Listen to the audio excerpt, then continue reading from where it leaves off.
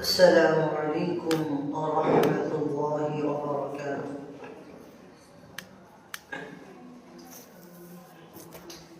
إن الحمد لله الحمد لله الحمد لله وكفى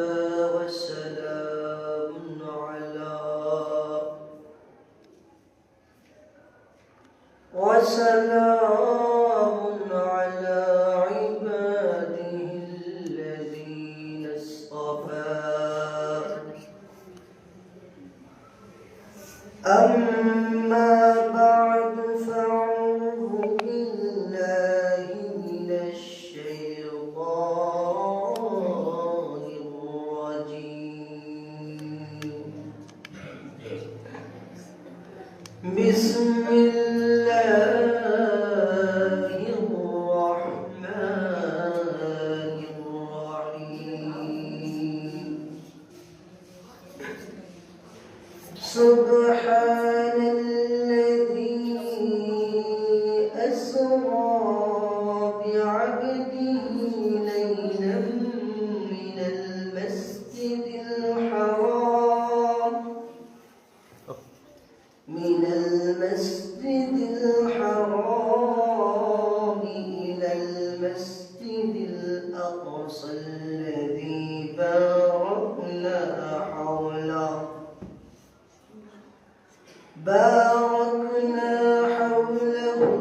لنريه من آياتنا إنه هو السميع البصير. صدق الله المولانا العظيم وصدق رسوله النبي الكريم ونحن على ذلك من الشاهدين والشاكرين والحمد لله رب العالمين. اللهم صل على روح سيدنا ومولانا محمد في الأرواح وعلى جسده في الأجساد وعلى قبره في القبور.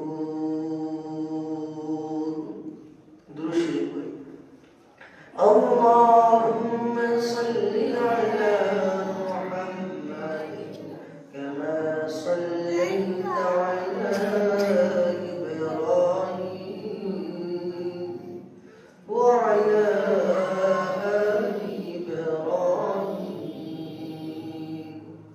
إنك حميد مجيد. اللهم بارك على محمد وعلى آل محمد كما باركت على إبراهيم وعلى آل إبراهيم إنك حميد مجيد.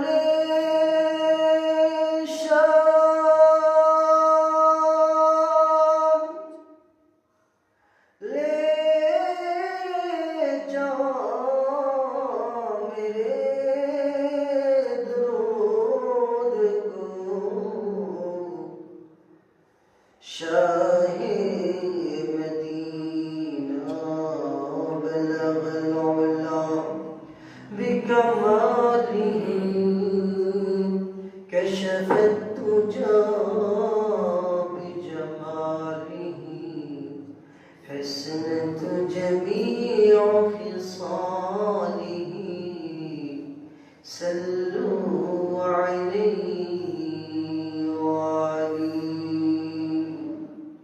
সবাই জিকির করি লা ইলাহা ইল্লাল্লাহ লা ইলাহা ইল্লাল্লাহ লা ইলাহা ইল্লাল্লাহ লা ইলাহা ইল্লাল্লাহ লা ইলাহা ইল্লাল্লাহ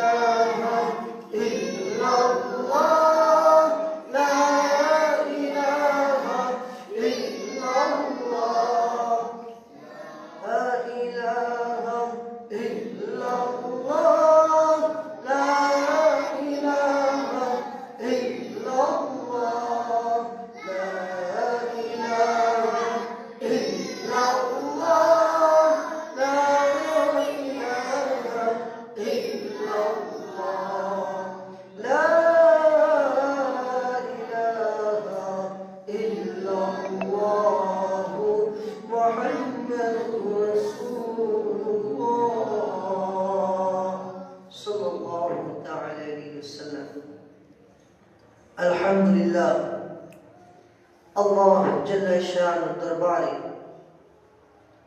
लाखों कोटि शुक्रिया যে আল্লাহ জাল্লা শানহু আমাদেরকে দয়া করে ইহসান করে আদর করে ভালোবেসে মুসলিমবাগ দারুল উলুম মাদ্রাসার মাসিক ইসলাহি মজলিসে আসার তৌফিক দিয়েছেন। এই জন্য অন্তর খুলে আল্লাহ পাকের শুকর আদায় করি আলহামদুলিল্লাহ। মানুষের জিন্দেগিটা সুন্দর হয় যদি ওই জিন্দেগিতে আল্লাহ পাকের বন্দেগি থাকে। বন্দেগি ছাড়া জিন্দেগির দাম নাই, বন্দেগি ছাড়া জিন্দেগির দাম নাই। জিন্দেগির মধ্যে বন্দেগি আছে তো এই জিন্দেগি আল্লাহ পাকের কাছে বড় দামি জিন্দেগি। আর জিন্দেগির মধ্যে আল্লাহ পাকের বন্দেগি নাই তো এই জিন্দেগিটা আল্লাহ পাকের কাছে কোনো দাম নাই। আল্লাহ কোরআনে বলেন বাল হুম আদাল, এই জিন্দেগি বরং উলাইকা কাল আনআম বাল হুম আদাল, যে এই জিন্দেগিটা হলো চতুষ্পদ জন্তু জানোয়ারের ন্যায়। আল্লাহ বলেন এটা বললো ভুল হবে, বরং এর চেয়েও আরো খারাপ। তাহলে যে জিন্দেগির মধ্যে আল্লাহ পাকের বন্দেগি নাই এই জিন্দেগি কি নাই ভাই? দাম নাই। এই জিন্দেগিটাকে বন্দেগি দিয়া সাজানো, আর এই বন্দেগি করার হুকুম হলো আল্লাহ। বন্দেগি করার হুকুম কার? আল্লাহ। আল্লাহর ইবাদত করো। কোরআনে জায়গায় জায়গায় আল্লাহ বলেছেন ওয়াবুদুল্লাহ ইয়া আইয়ুহাল্লাযীনা আমানু তাকুল্লাহ। ঈমানদারদেরকে ডাক দিয়ে দিয়ে আল্লাহ পাক বলেছেন যে আল্লাহ পাকের বন্দেগি করো। আল্লাহ পাকের বন্দেগি কিভাবে করবে এটার তরিকা আল্লাহ পাক বলেছেন যে বন্দেগি করবা যদি মন চাই বন্দিগি হয়, তাহলে এই বন্দিগি আল্লাহ পাকের কাছে গ্রহণযোগ্য হবে না। বন্দিগি হতে হবে মুহাম্মদ রাসূলুল্লাহ সাল্লাল্লাহু তাআলা আলাইহি ওয়াসাল্লামের তরিকায়। আল্লাহ কোরআনে বলেন, من يطع الله ورسوله فقد فاز فوزا عظيما। যারা আল্লাহ পাক এবং রাসূল সাল্লাল্লাহু আলাইহি ওয়াসাল্লামের অনুসরণ করবে, অনুকরণ করবে, তারা ফাউজে আযীমের অধিকারী হবেন। ফাউজে আযীম, ফাকাদ ফাযা ফাওজান আযীম। ফাউজে আযীমের উত্তম মর্যাদা অধিকারী হবেন যারা আল্লাহ পাকের বন্দেগী করে। এই আল্লাহ পাকের বন্দেগীটা মুহাম্মদ রাসূলুল্লাহ সাল্লাল্লাহু আলাইহি ওয়াসাল্লামের তরিকায় হতে হবে। আপনি সারা জিন্দেগিতে ইবাদত করছেন, কিন্তু মুহাম্মদ রাসূলুল্লাহর তরিকা নাই, তাহলে এই ইবাদত আল্লাহর কাছে কি হবে না? গ্রহণযোগ্য হবে না। আর অল্প আমল করছেন, আখলিস দীনাকা ইয়াকফিকা আমালুল কলিল। ইখলাসের সাথে এই সুন্নাহ অর্থাৎ সুন্নতের সাথে আমার শাইখ মুর্শিদ মুহিউস সুন্নাহ আল্লামা মাহমুদুল হাসান দামাত বারকাতুহু বলেন, ইখলাস অর্থ সুন্নাহ। যার আমলের ভিতরে যত সুন্নাত হবে তার আমল তত ইখলাস ওয়ালা হবে। যার আমল যত সুন্নাত কম, সুন্নাত ছাড়া, তার আমলের মধ্যে ইখলাস তত কম। যত ইত্তেবায়ে সুন্নাহ অনুযায়ী আমল হবে, তো ওই আমলটার মধ্যে ইখলাস বেশি হবে। এই জন্য আল্লাহ রাসূল সাল্লাল্লাহু আলাইহি ওয়াসাল্লাম প্রত্যেকটা আমল করার নিয়ম তরিকা আমাদেরকে বাতলিয়ে দিয়েছেন, বলেছেন যে এইভাবে আমল করবা, তো এইভাবে আমল করলে আল্লাহ পাক খুশি হবেন, আর এইভাবে আমল করলে আল্লাহ পাক নারাজ হবেন। আমল করবা তো মুহাম্মদ রাসূলুল্লাহ সাল্লাল্লাহু আলাইহি ওয়াসাল্লাম তরিকায় করবা। আর আলী রাদিয়াল্লাহু তাআলা আনহু ওযু করছেন, ওযু করতেছেন, আমরা ওযু করি না, ওযু করতেছেন, একজন সাহাবী ওনার ওযুটা দেখতেছেন, সুবহানাল্লাহ। আলী রাদিয়াল্লাহু তাআলা তার দিকে তাকাচ্ছেন আর হাসছেন, হাসতেছে আর বলতেছে, ওই সাহাবী কি ব্যাপার আলী, আপনি হাসছেন কেন? বলে, শোনো, তুমি যে আমার ওযু দেখতেছো, আমি হাসতেছি কেন? আমিও একদিন আল্লাহ রাসূল সাল্লাল্লাহু আলাইহি ওয়াসাল্লাম ওযু করছিল আর দেখছিলাম আল্লাহ রাসূল আমার দিকে চেয়ে হাসতেছিলেন। সুবহানাল্লাহ। এই যে আল্লাহ রাসূল হাসতেছিলেন, এই রাসূলের সুন্নাহ, আমিও তোমার দিকে চেয়ে হাসলাম, হেসে আল্লাহ রাসূল আমাকে ওযু করা শিখিয়েছেন। সুবহানাল্লাহ। আল্লাহ রাসূল সাল্লাল্লাহু আলাইহি ওয়াসাল্লাম আমাকে ওযু করার সুন্নাত তরিকায় ওযু শিখিয়েছেন। আল্লাহ রাসূল বলেছেন, আলী, তোমাকে কি আমি ওযু শিখিয়ে দেব? হ্যাঁ হ্যাঁ, শিখিয়ে দেব। আল্লাহ রাসূল বললেন যে, আলী, ওযু করবা কিভাবে? প্রথমে দোয়া করবা, বিসমিল্লাহিল আলিয়্যিল আযীম, আলহামদুলিল্লাহি আলা দীনিল ইসলাম, আল ইসলামু হাক্কু। এবার বিসমিল্লাহ পড়ে ওযুর নিয়ত করবে। বিসমিল্লাহ পড়ে সর্বপ্রথম দুনো হাত, আলী রাদিয়াল্লাহু তাআলা বলছেন যে আল্লাহ রাসূল সাল্লাল্লাহু আলাইহি ওয়াসাল্লাম কিভাবে ওযু করতে হয়, এই ওযু করাটাও আমাকে শিখিয়েছেন। কিভাবে করবা? আল্লাহ রাসূল আমাকে যেভাবে শিখিয়েছেন, আমিও তোমাকে এইভাবে শেখাচ্ছি। সুবহানাল্লাহ। আলী রাদিয়াল্লাহু তাআলা বললেন, কিভাবে শিখিয়েছেন? প্রথমেই দুনো হাত, এই যে হাত, এটা হলো হাতের কবজি, এই কবজি পর্যন্ত দুই হাত এভাবে 3 বার দৌত করবা। এরপরে আবার দুই হাত 3 বার দৌত করবা। এগুলো প্রত্যেকটা অঙ্গ প্রত্যঙ্গ দোয়া আছে। কওমি মাদারিসে হেদায়াতুন নাহমিদ একটা কিতাব পড়ায়, নূরুল ইসলাম। এই কিতাবের মধ্যে মুসান্নিফ রাহমাতুল্লাহ আলাইহি প্রত্যেক অঙ্গ দোয়াগুলো বলছেন, ওইগুলো পড়া মুস্তাহাব।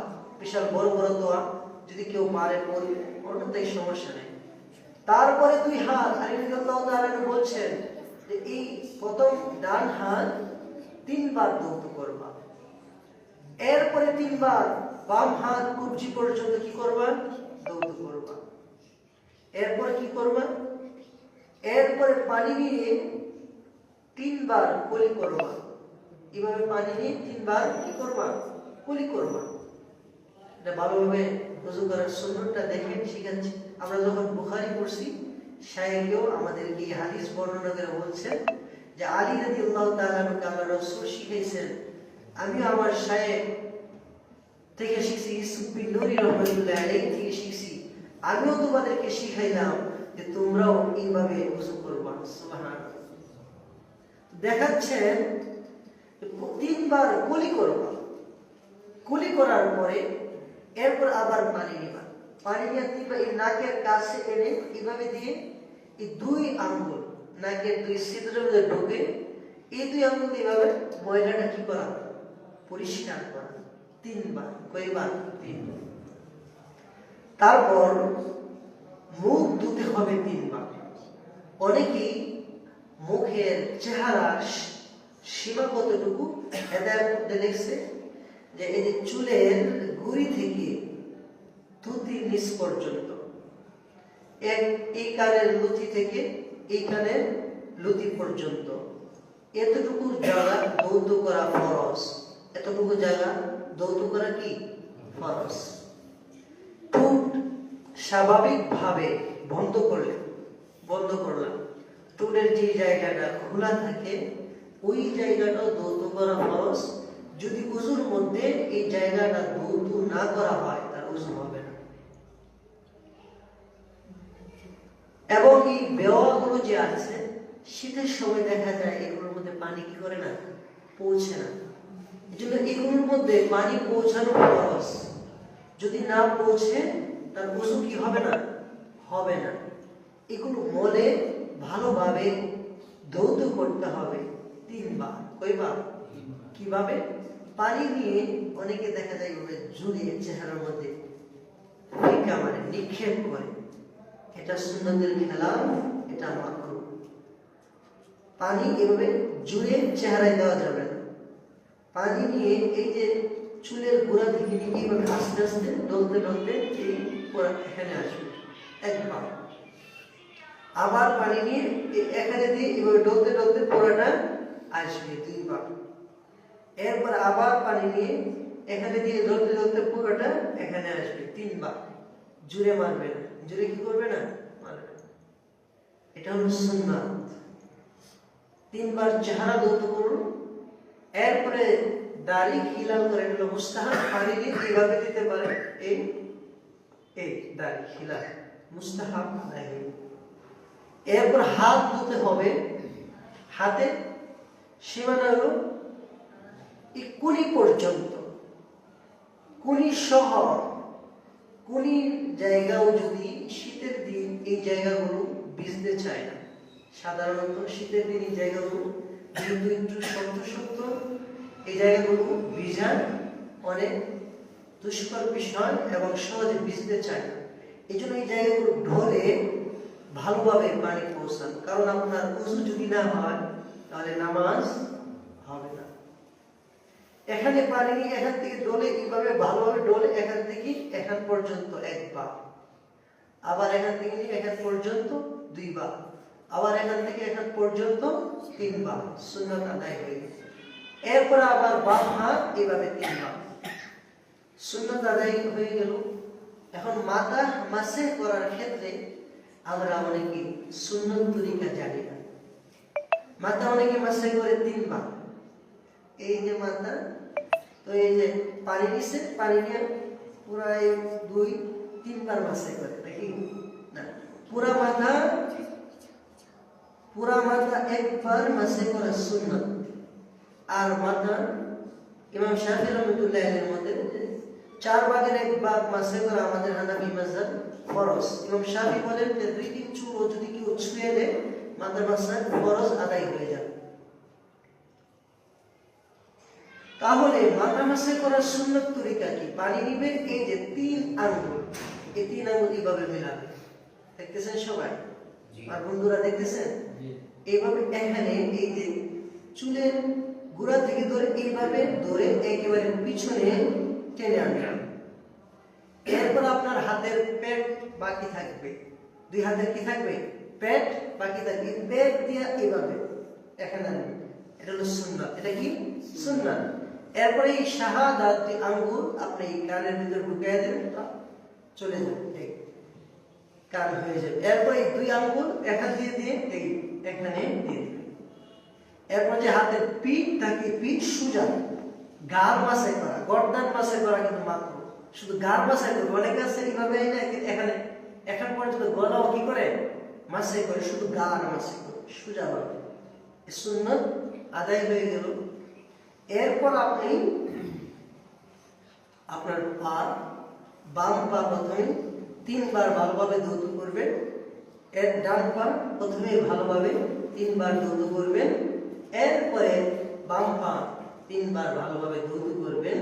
এরপর ওযু শেষে কালিমা শাহাদাত পড়া। এইটা হলো ওযু করার সুন্নত তরিকা। আলী রাদিয়াল্লাহু তাআলা বললেন, ও সাহাবী, আল্লাহ রাসূল সাল্লাল্লাহু আলাইহি সাল্লাম আমার দিকে চেয়ে মুস্কি হাসছিলেন আর এই আমলগুলো আমাকে শিখাচ্ছিলেন যে আলী এইভাবে তুমি ওযু করো। সুবহানাল্লাহ। তাহলে এই হাদিস দ্বারা বোঝা গেল যে আমলও দেখে দেখে শিখতে হয়। আমলও কি করতে হয়? দেখে দেখে শিখতে হয়। কিতাবে পড়া এক, দেখে শিখা কি এক। যখন ডক্টর হয়, কেউ ইঞ্জিনিয়ার হয়, বইয়ে পড়ে, পড়ে সে এবার প্র্যাকটিস করে না। যদি এটা বাস্তবায়ন না করে, সে তার বাস্তব জীবনে অপারেশন করতে গেলে পেটের জায়গায় সে মাথা কেটে পড়ে, ঠিক না?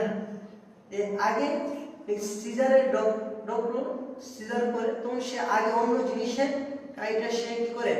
অভ্যস্ত বানায়, তাকে দেখায় যে আমলগুলো প্র্যাকটিস করে রাসূল সাল্লাল্লাহু আলাইহি সাল্লাম যেভাবে শিখিয়েছেন এইভাবে শিখতে হবে।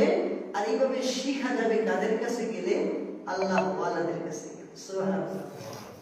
এটাই আল্লাহ কোরআনে বলছেন, ইয়া আইয়ুহাল্লাযীনা আমানু ওয়াকুনু মা'আস সাদিকিন।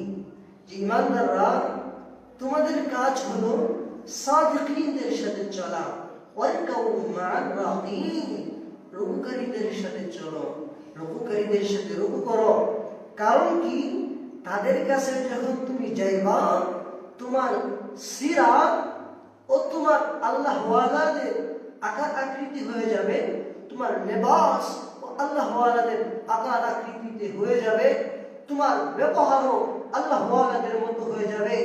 আর যদি তুমি আল্লাহ ওয়ালাদের সাহবাত, আল্লাহ কি সাহবাত, এই সাহবাত যদি তোমার ভিতরে না থাকে, তুমি আমল শিখতে পারবে না। কিভাবে তোমার নামাজ পড়তে হবে এটা শিখতে পারবে না, কিভাবে রোজা রাখতে হবে এটা শিখতে পারবে না, কিভাবে ওযু করতে হবে এটা শিখতে পারবে না। আর যদি তুমি এগুলো সুন্নাত তরিকায় শিখতে না পারো, তাহলে 1000 নামাজ পড়বা, 1000 রোজা রাখবা, এই রোজার মধ্যে প্রকৃতপক্ষে আল্লাহ পাকের দিদার নৈকট্যের স্বাদ তুমি পাইবা না। ইসমাঈল শহীদ রহমাতুল্লাহ আলাইহি, বালাকোটের ময়দানে যিনি শহীদ হয়েছিলেন, ইসমাঈল শহীদ রহমাতুল্লাহ আলাইহি অনেক বড় আল্লাহ ওয়ালা বুজুর্গ ছিলেন, অনেক বড় বুজুর্গ ছিলেন। কিরকম বুজুর্গ ছিলেন? যিনি শহীদ হওয়ার আগে বলেছিলেন, যিনি কাফেরকে আমি হত্যা করব, কাফের গলা থেকে ওনার মাথা ফেলে দিয়েছে, কল্লা আলাদা হয়ে গেছে, এরপরেও দেহ হেঁটে গিয়ে 10 হাত দূরে যে ওই কাফেরকে হত্যা করে জমিনে তার দেহ পড়ছে। সুবহানাল্লাহ বলবেন না? বড় আল্লাহওয়ালা ছিলেন। ওনারা একটা ঘটনা শুনে জিহাদ করতেন,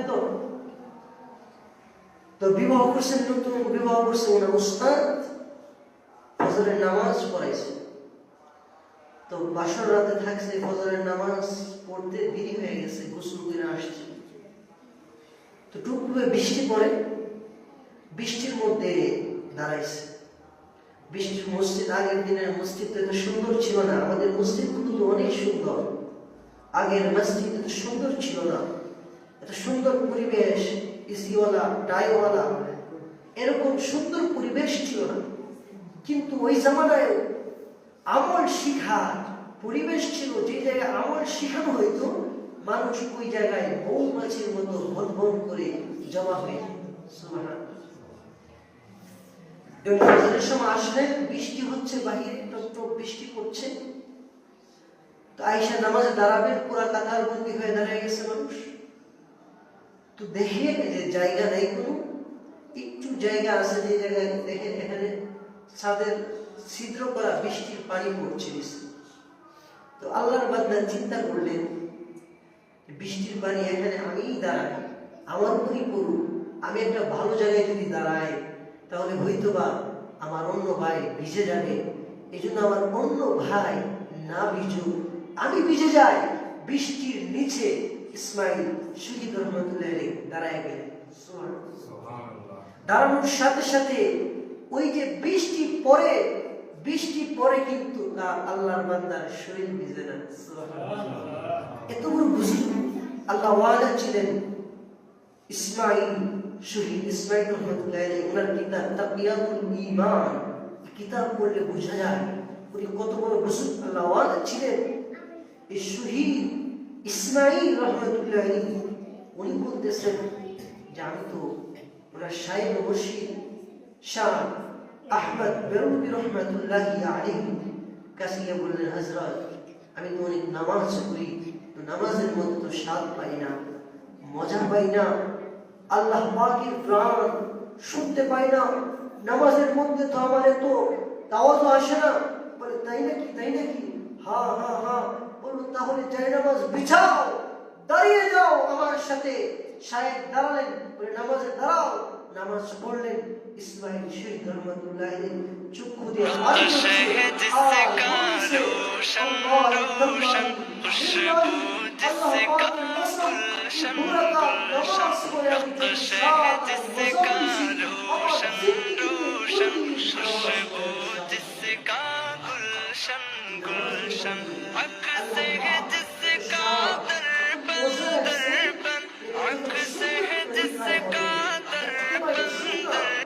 রাসূল সাল্লাল্লাহু আলাইহি ওয়াসাল্লাম যেভাবে আমল করিয়েছেন, দেখিয়েছেন, এইভাবে যখন হবে তখন আমার নামাজের মধ্যে খুশু দিল হবে, আর ওই নামাজটা আমার আল্লাহ পাকের কাছে কবুল হবে।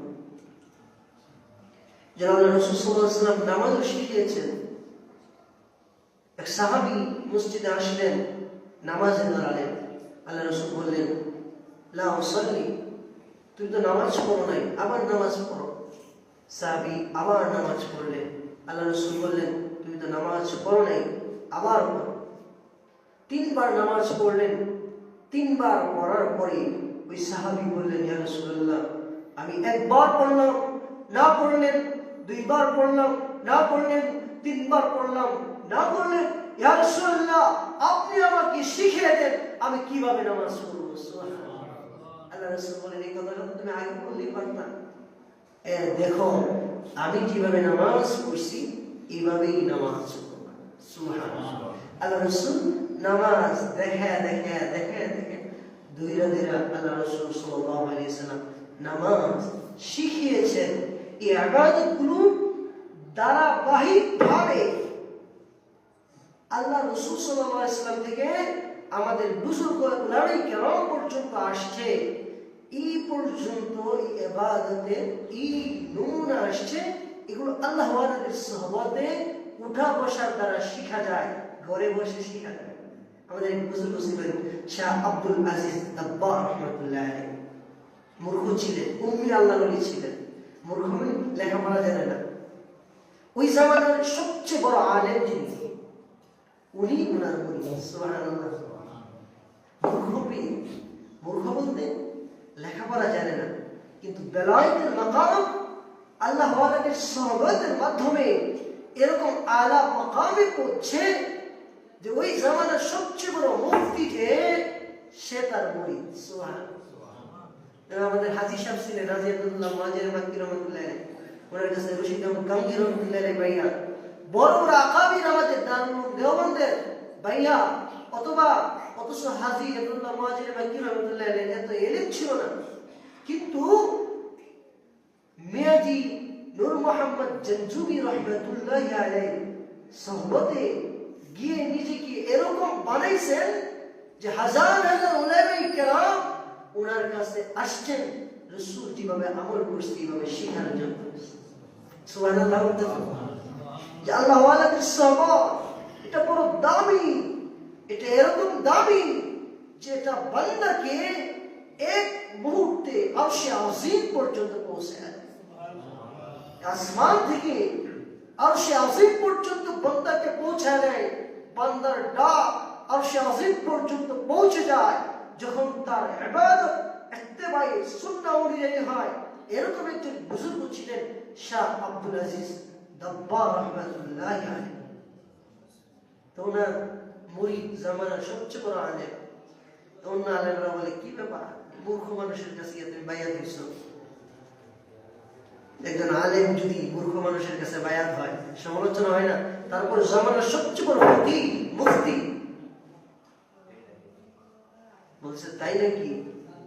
তো বলতেছে ঠিক আছে, তোমরা আমার শাইখ মুর্শিদের ব্যাপারে তোমাদের এই ধারণা, ওনার কাছে যাই তো আমি এলিম শিখছি মাদ্রাসায়, ঠিক আছে, তুই এলিমের প্রকৃত মজা আমি আমার শাইখ মুর্শিদের কাছে গিয়ে পাইছি। আব্দুল আজিজ দাব্বার রহমাতুল্লাহ উনি বললেন ওনার শাগরেদ জামানার বড় আলেম যে বলতেছে শাইখ আল্লাহ রাসূল কিভাবে হাঁটছেন আমাকে শিখান। সুবহানাল্লাহ। আল্লাহ রাসূল সাল্লাল্লাহু আলাইহি সাল্লাম কিভাবে হাঁটতেন এই হাঁটাটা আমাকে শিখান। বলল হাঁটা শিখবা রাসূলের আগামীকাল আইসো। সাথে সাথে বলেন আগামীকাল আইসো। এখন তো আমরা মনে করি যে একটা প্রশ্ন করলে সাথে সাথে জবাব না দিতে বললে মনে করে যে ভালো আলেম না। ইমাম আবু হানিফা ইমাম শাফিঈ রাহমাতুল্লাহ আলাইহি ওনার কাছে এক মহিলা, বিশাল বড় ঘটনা, এক মহিলা কাঁথা আছে না, কাঁথা সেলাই করে। তো এই কাঁথা সেলাই করে সে 2 টাকা বিক্রি করে। কয় টাকা বিক্রি করে? 2 টাকা। ওই জামানায় 2 টাকা বিক্রি করে। 1 টাকা আটানা দিয়ে সে কাপড় কিনে, আর আটানা দিয়ে সে সুতা কিনে, সুই সুতা কিনে, আর আটানা দিয়া মোমবাতি কিনে, আর আটানা তার লাভ। কত হইল? 2 টাকা। তো বাজারে একদিন চাঁদনি রাত, আলো দেখা যায়, তো মোমবাতির প্রয়োজন হয় নাই, মোমবাতিটা বন্ধ করে রাখছে, চাঁদনি রাতে কাঁথা সেলাই করছে, বাজারে গিয়ে 2 টাকা বিক্রি করছে। এখন বিক্রি করা আসতে বাড়িতে, এখন তার ঘুম হয় না। হায় হায় কি করলাম, আটা না আমার জন্য সুদ হয়ে যায় কিনা। সুবহানাল্লাহ। আমরা কত টাকা কত জায়গা দিয়ে খাই, আর ওই আল্লাহর বান্দি চিন্তা করতেছে যে আটা না আমার জন্য সুদ হয় কিনা, আমার আল্লাহ নারাজ হয়ে যায় কিনা। কারণ আটানার মোমবাতি তো আমি ধরাই নাই। গেলেন জামানার ইমাম শাফির কাছে ফুতোয়ার জন্য। ইমাম শাফি বললেন বারিন্দায় দাঁড়াও, ফুতোয়া দিচ্ছি।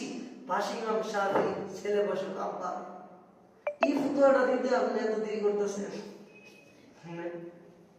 আপনি এত বড় ইমাম, সামান্য একটা ফুতোয়া দিতে আপনি এত দেরি করতেছেন।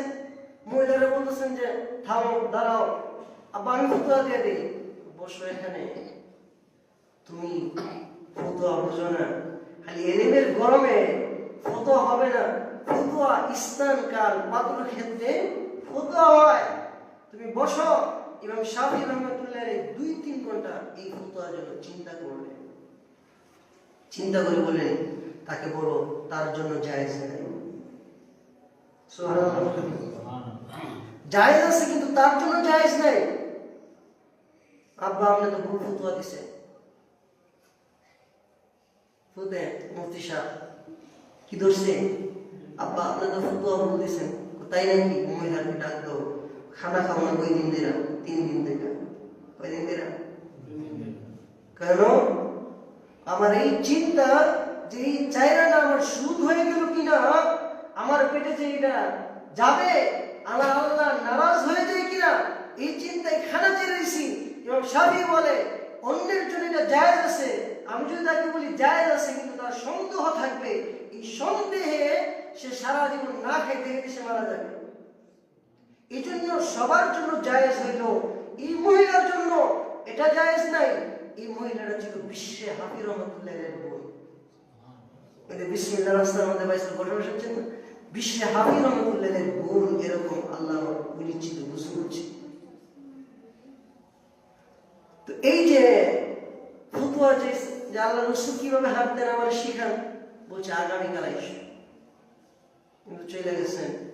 আগামীকাল শায়েখ ফতোয়া দিবে আল্লাহ রসুল সাল্লাল্লাহু আলাইহি ওয়াসাল্লাম কিভাবে হাঁটতেন।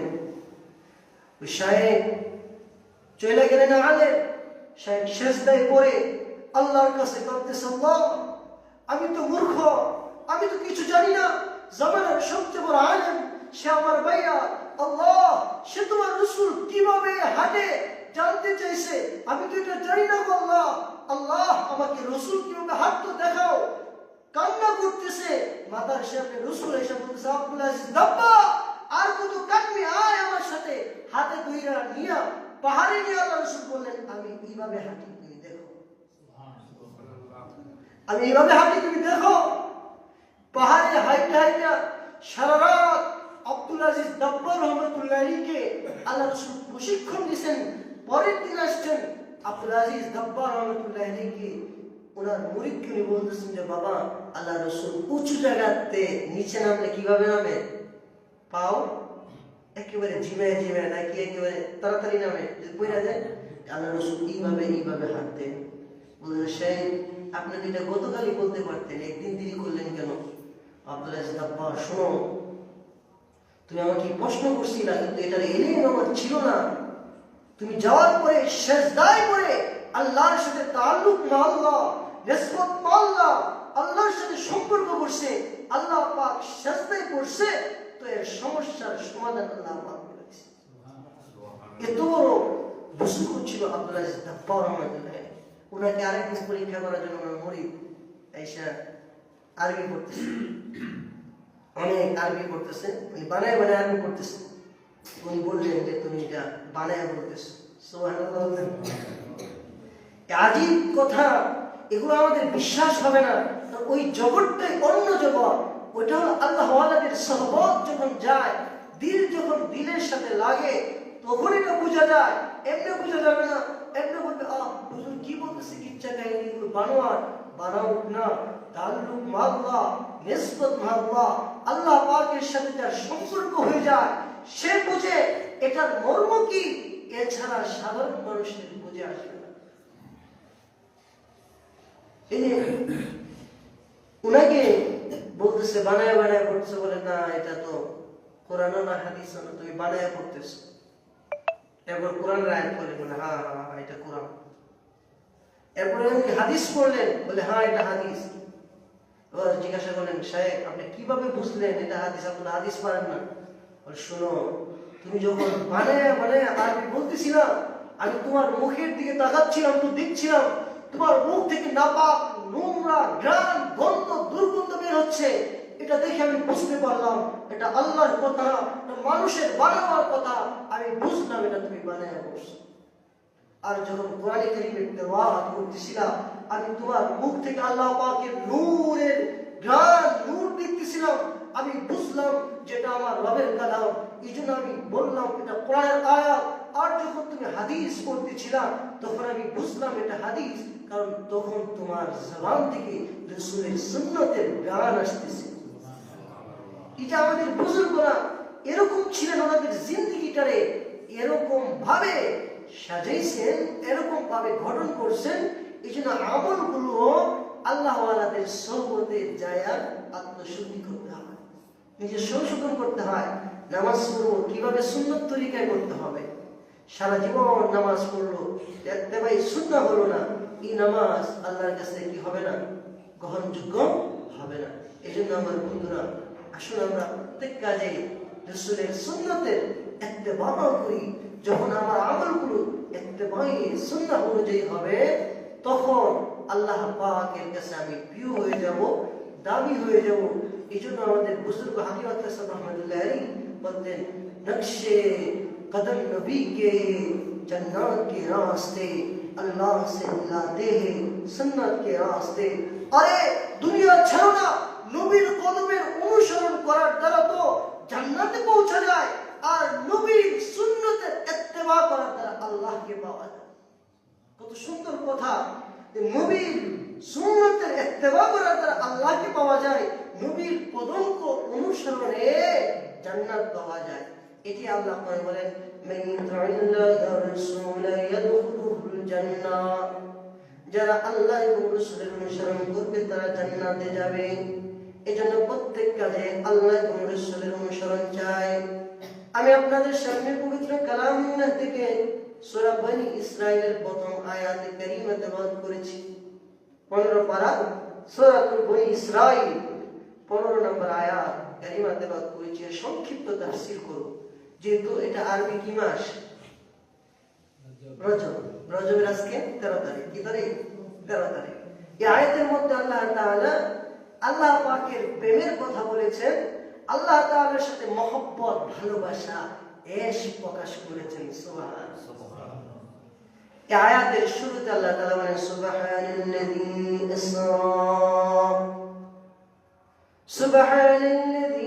আসরা বিআবদিহি লাইলাম মিনাল মাসজিদিল হারাম।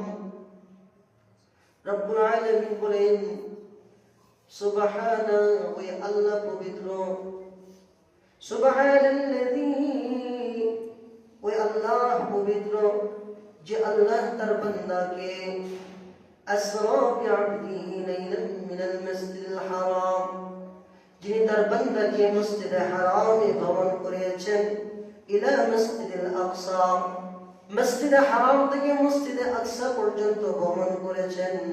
আল্লাযী বারাকনা হাওলাহু লিনুরিয়াহু মিন আয়াতিনা, শুধু তাই না, তার চতুর্পাশে ঘুরাইছেন কেন?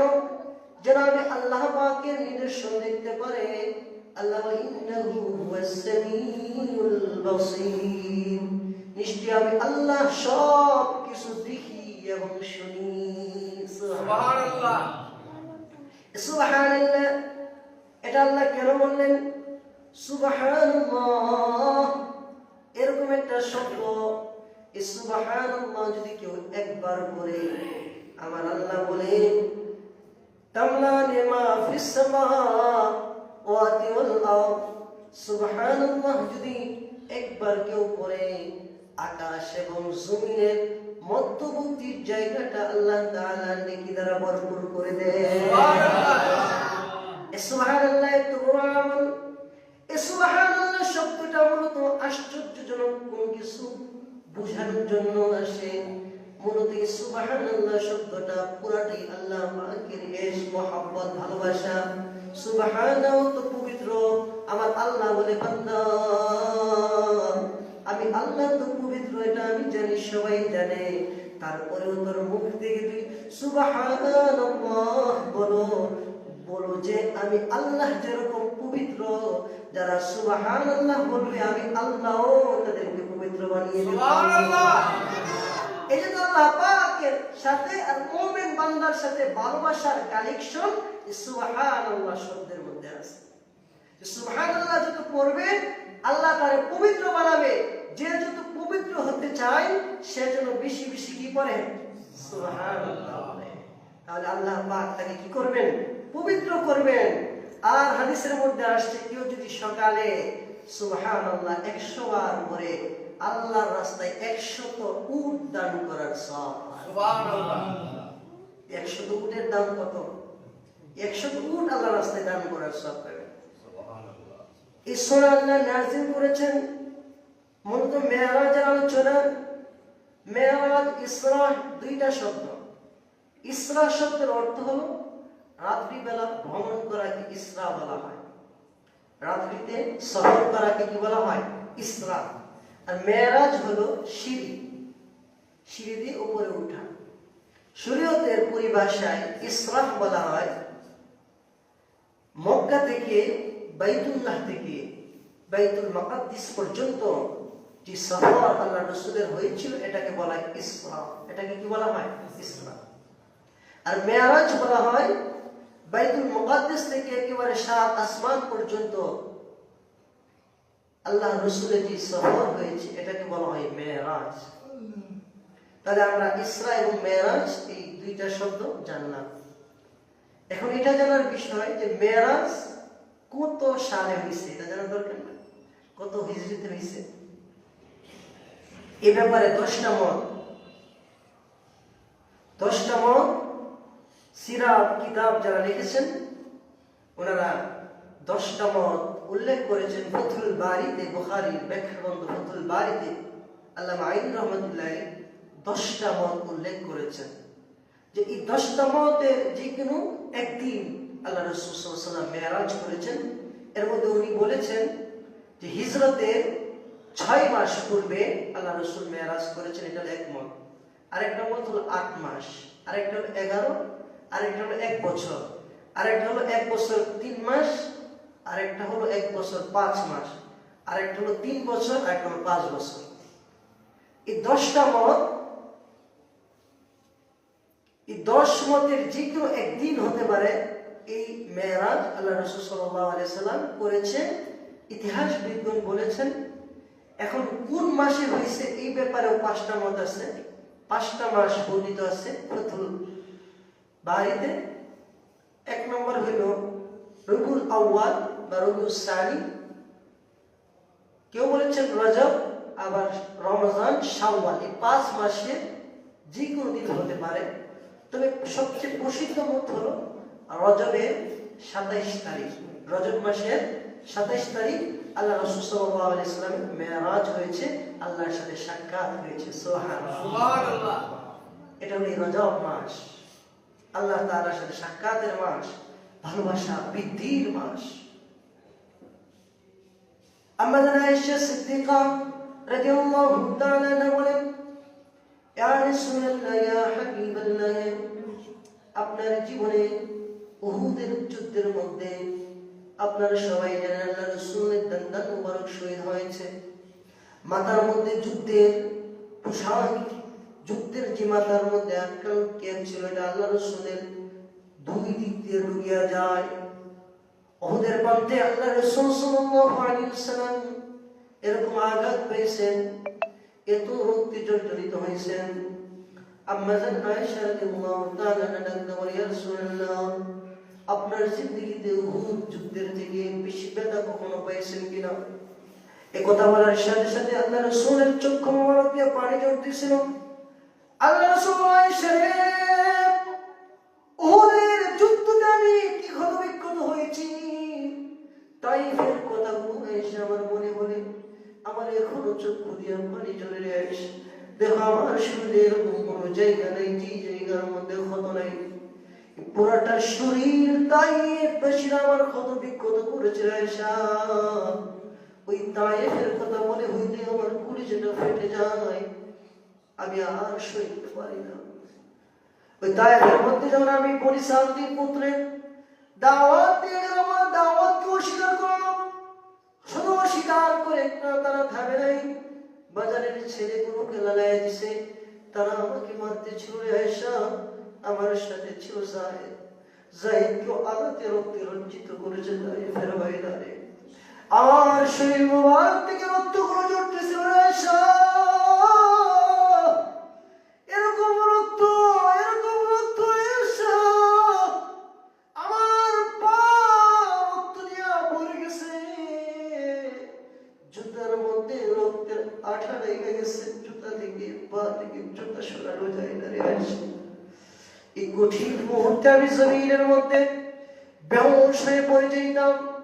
আবার ওই বাজারের ছেলেগুলো আমাকে কিভাবে ধরে 2 হাত টান করে আবার আমাকে আঘাত করতো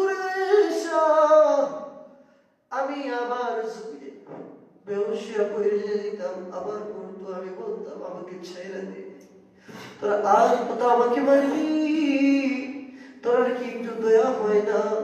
কিন্তু ওই তায়ের পাশে আমার প্রতি একটু দয়া করলো না। আমার আল্লাহ আসমান থেকে জিবরাইলকে পাঠালেন, জিবরাইল যে নবীর এত মাকাম, যিনি সমস্ত নবীদের সরদার, তার কি অবস্থায়? জিবরাইল যাও গিয়ে নবীকে বলো, যে নবী হুকুম দেয় দুই পাহাড়ের মাঝখানে যে তায়েব আছে, পাহাড় দিয়া চাপ দিয়ে আমি তায়েবকে ধ্বংস করে দেই। যদি আমার নবী বলে, জিবরাইল আলাইহিস সালাম আসলো, আয়েশা বলে ইয়া রাসূলুল্লাহ আপনি বলেন আর তায়েবকে ধ্বংস করে দেই। আল্লাহ রাসূল না না না, তায়েবের এই যুবকগুলো বুঝে না, এরা যদি বুঝতো রে জিবরাইল আমি পয়গম্বর আমার শরীরে আঘাত করতো না, হয়তোবা তারা ঈমান আনে নাই, কিন্তু তাদের পুরুষরা, তাদের ছেলে মেয়েরা ঈমান আনবে, তাদেরকে মারার দরকার নেই। তায়েফের ঘটনার পরে আল্লাহ রাসূল সাল্লাল্লাহু আলাইহি ওয়াসাল্লামের শরীর মোবারক ক্লান্ত এসে যায়। 10 হিজরিতে 10 বছরের নবুয়তের ওই বছর আম্মা জান খাদিজাতুল কুবরা রাদিয়াল্লাহু তাআলা ইন্তেকাল করেন। আম্মা জানের ইন্তেকালের পরে আল্লাহ রাসূল আরো ভেঙে যায়, কারণ এরকম স্ত্রী খাদিজা আমার নবী মক্কার অলিতে ঘুরতে ঘুরে, মক্কার কাফেরগুলো আমার নবীকে প্রহার করতে করতে মরুভূমির জমিনের মধ্যে শুয়ে রাখে। পয়গম্বর আমার মরুভূমির মাটিগুলো পয়গম্বরের রক্তে রঞ্জিত হয়ে যায়। আমার আম্মা জান খাদিজাতুল কুবরা রাদিয়াল্লাহু তাআলা আনহা সারা রাত দরজার মধ্যে বসে থাকে, কবে মুহাম্মদ সাল্লাল্লাহু আলাইহি ওয়াসাল্লাম আসবে।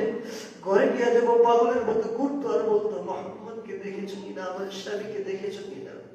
ওই আদরের দুলার স্ত্রী, যিনি আল্লাহ রাসূলকে ছাড়া খাবার খাইতেন না, এত মুহাম্মদের স্ত্রীর ইন্তেকাল ওই বছর হয়ে যায়। আল্লাহ রাসূল জমিনে পড়ে শুধু কাঁদতেন আর বলতেন, কিতাবের মধ্যে ওই বছরটাকে ইয়াউমুল হুজুন, ইয়াউমুল গাম বলা হয়, চিন্তার বছর।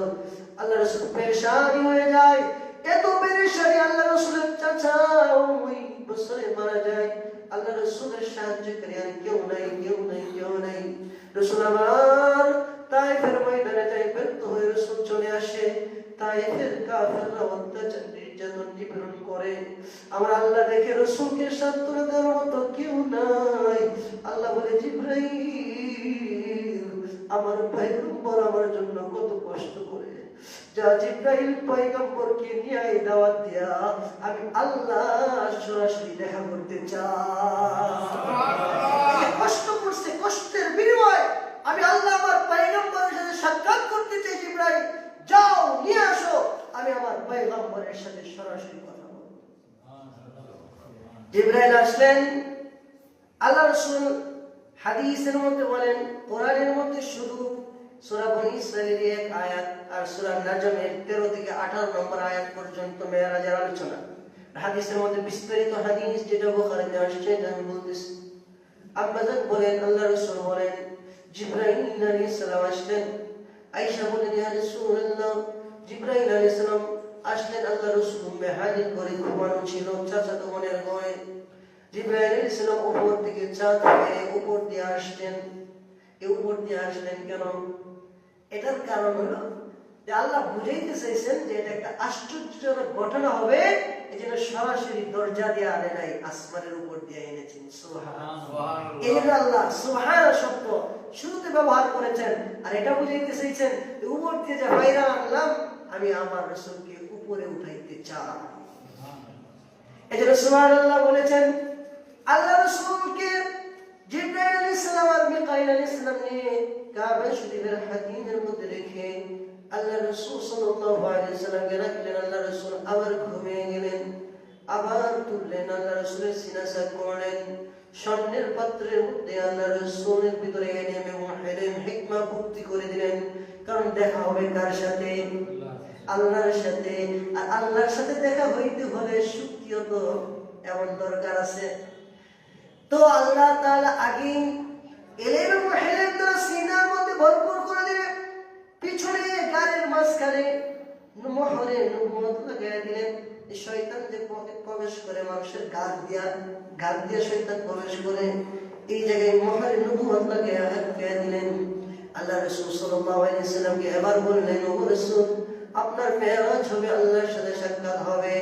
আল্লাহ রাসূল বললেন, ভাই জিবরাইল কিভাবে? বলে, বুরা করলাম জান্নাতি পশু, যেটা ঘোড়া খচ্চরের চেয়ে ছোট, গাধার চেয়ে বড়, এরকম প্রাণী আনলেন। আল্লাহ রাসূল উঠলেন, বললেন, ইয়া রাসূলুল্লাহ, এটার গতি কত আপনি জানেন? কত? এর চোখের সীমা যতটুকু দূরে যায়, এর গতিও এক কদমের দূরে যায়। এই বুড়াকের মধ্যে আল্লাহ রাসূল উঠাইলেন।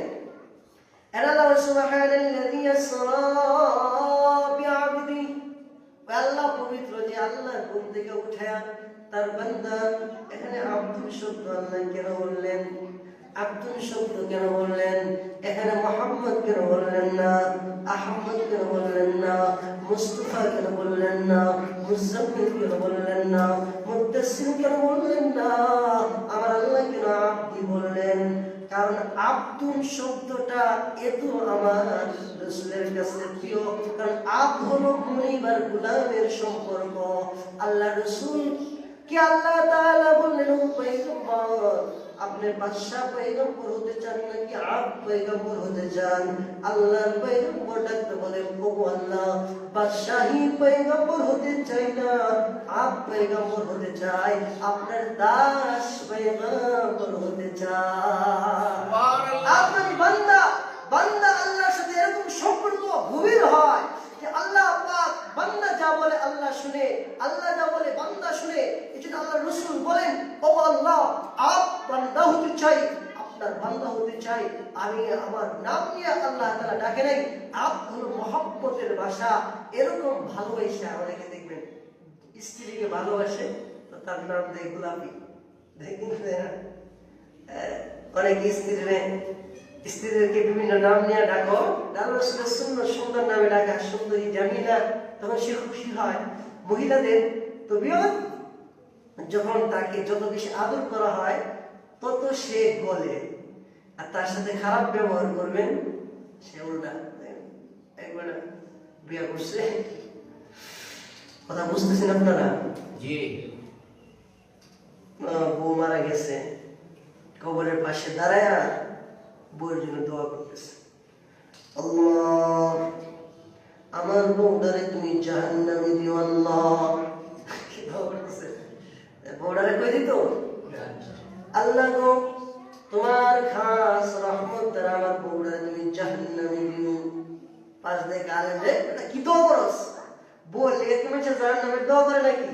হুজুর আপনি বুঝলেন না, এটা তাল বাগের আমার প্রেম আলা। কি হালা? প্রেম আলা। কি শুনেন, দুনিয়াতে থাকতে এরা বেশি যে ডাইনে যাও হে বামে গেছে, যদি কিছু বামে যাও হে ডাইনে গেছে, যদি কিছু সোজা যাও হে বেঁকা গেছে। এখন সে মরছে, আমি যদি কই জান্নাতের দোয়া করি, তাহলে হে আল্লাহ, যে জান্নাতের দোয়া হে করছে জান্নাত আমি যেতাম না। এলাকা তো বলছে আল্লাহ জাহান্নামে দাও, তাইলে হে আল্লাহ রে আল্লাহ, যে জাহান্নামের দোয়া হে করছে জাহান্নামে যেতাম না, জান্নাতে। এরকম তেরাটা লিপ্ত হয়। তো এগুলোরে মায়া মহব্বত দিয়ে যখন আপনি বুঝাইবেন, তখন দেখবেন হ্যাঁ আপনি যা বলবেন তাই শুনবে। তো এই যে আব্দুল শব্দ হলো ভালোবাসার সম্পর্কের শব্দ। এর থেকে আল্লাহ আর বান্দার মাঝে ভালোবাসা শব্দ হতে পারে না। এই জন্য তো কালিমায়ে শাহাদাতের মধ্যে বলছে, আশহাদু আল্লা ইলাহা ইল্লাল্লাহু ওয়া আশহাদু আন্না মুহাম্মাদান আবদুহু ওয়া রাসূলুহু। কালিমায়ে শাহাদাতের মধ্যে আব্দ আছে। আল্লাহ তোমার আব্দ বান্দা হতে চাই। আরে আব্দ বান্দা হয় বেশি বেশি সিজদার মাধ্যমে। আল্লাহ রাসূল এরকম ভাবে আল্লাহকে সিজদা দিতেন, সারাত করে থাকতেন, পাগুলো ফুলে ফেলতেন। এই জন্য এখানে আব্দ শব্দ আনা হয়েছে। আল্লাহ রাসূলকে এখান থেকে নিয়ে চললেন, বুরাকের মধ্যে চললেন। চলতে জিবরাইল বলে, এবার দেখি আল্লাহ রাসূল বলে খেজুর গাছের আর খেজুর গাছ। এবার আমাকে বললেন জিবরাইল, বললেন ইয়া রাসূলুল্লাহ, এখানে থামেন, 2 রাকাত নামাজ পড়েন। থামলাম, নামাজ পড়লাম। আল্লাহ রাসূল বলেন, জিবরাইল বলে, ইয়া রাসূলুল্লাহ জানেন এটা কোন জায়গা? বলে না, এটা ইয়াসরিব। এই শহরটায় আপনি আর কয়েক বছর পরে এখানে সফর করে আসবেন। এই ইয়াসরিব নামের শহরটা আপনার সহবতে সোনার মদিনা হয়ে যাবে। সুবহানাল্লাহ। এজন্য মেরে আঁখা মে সমা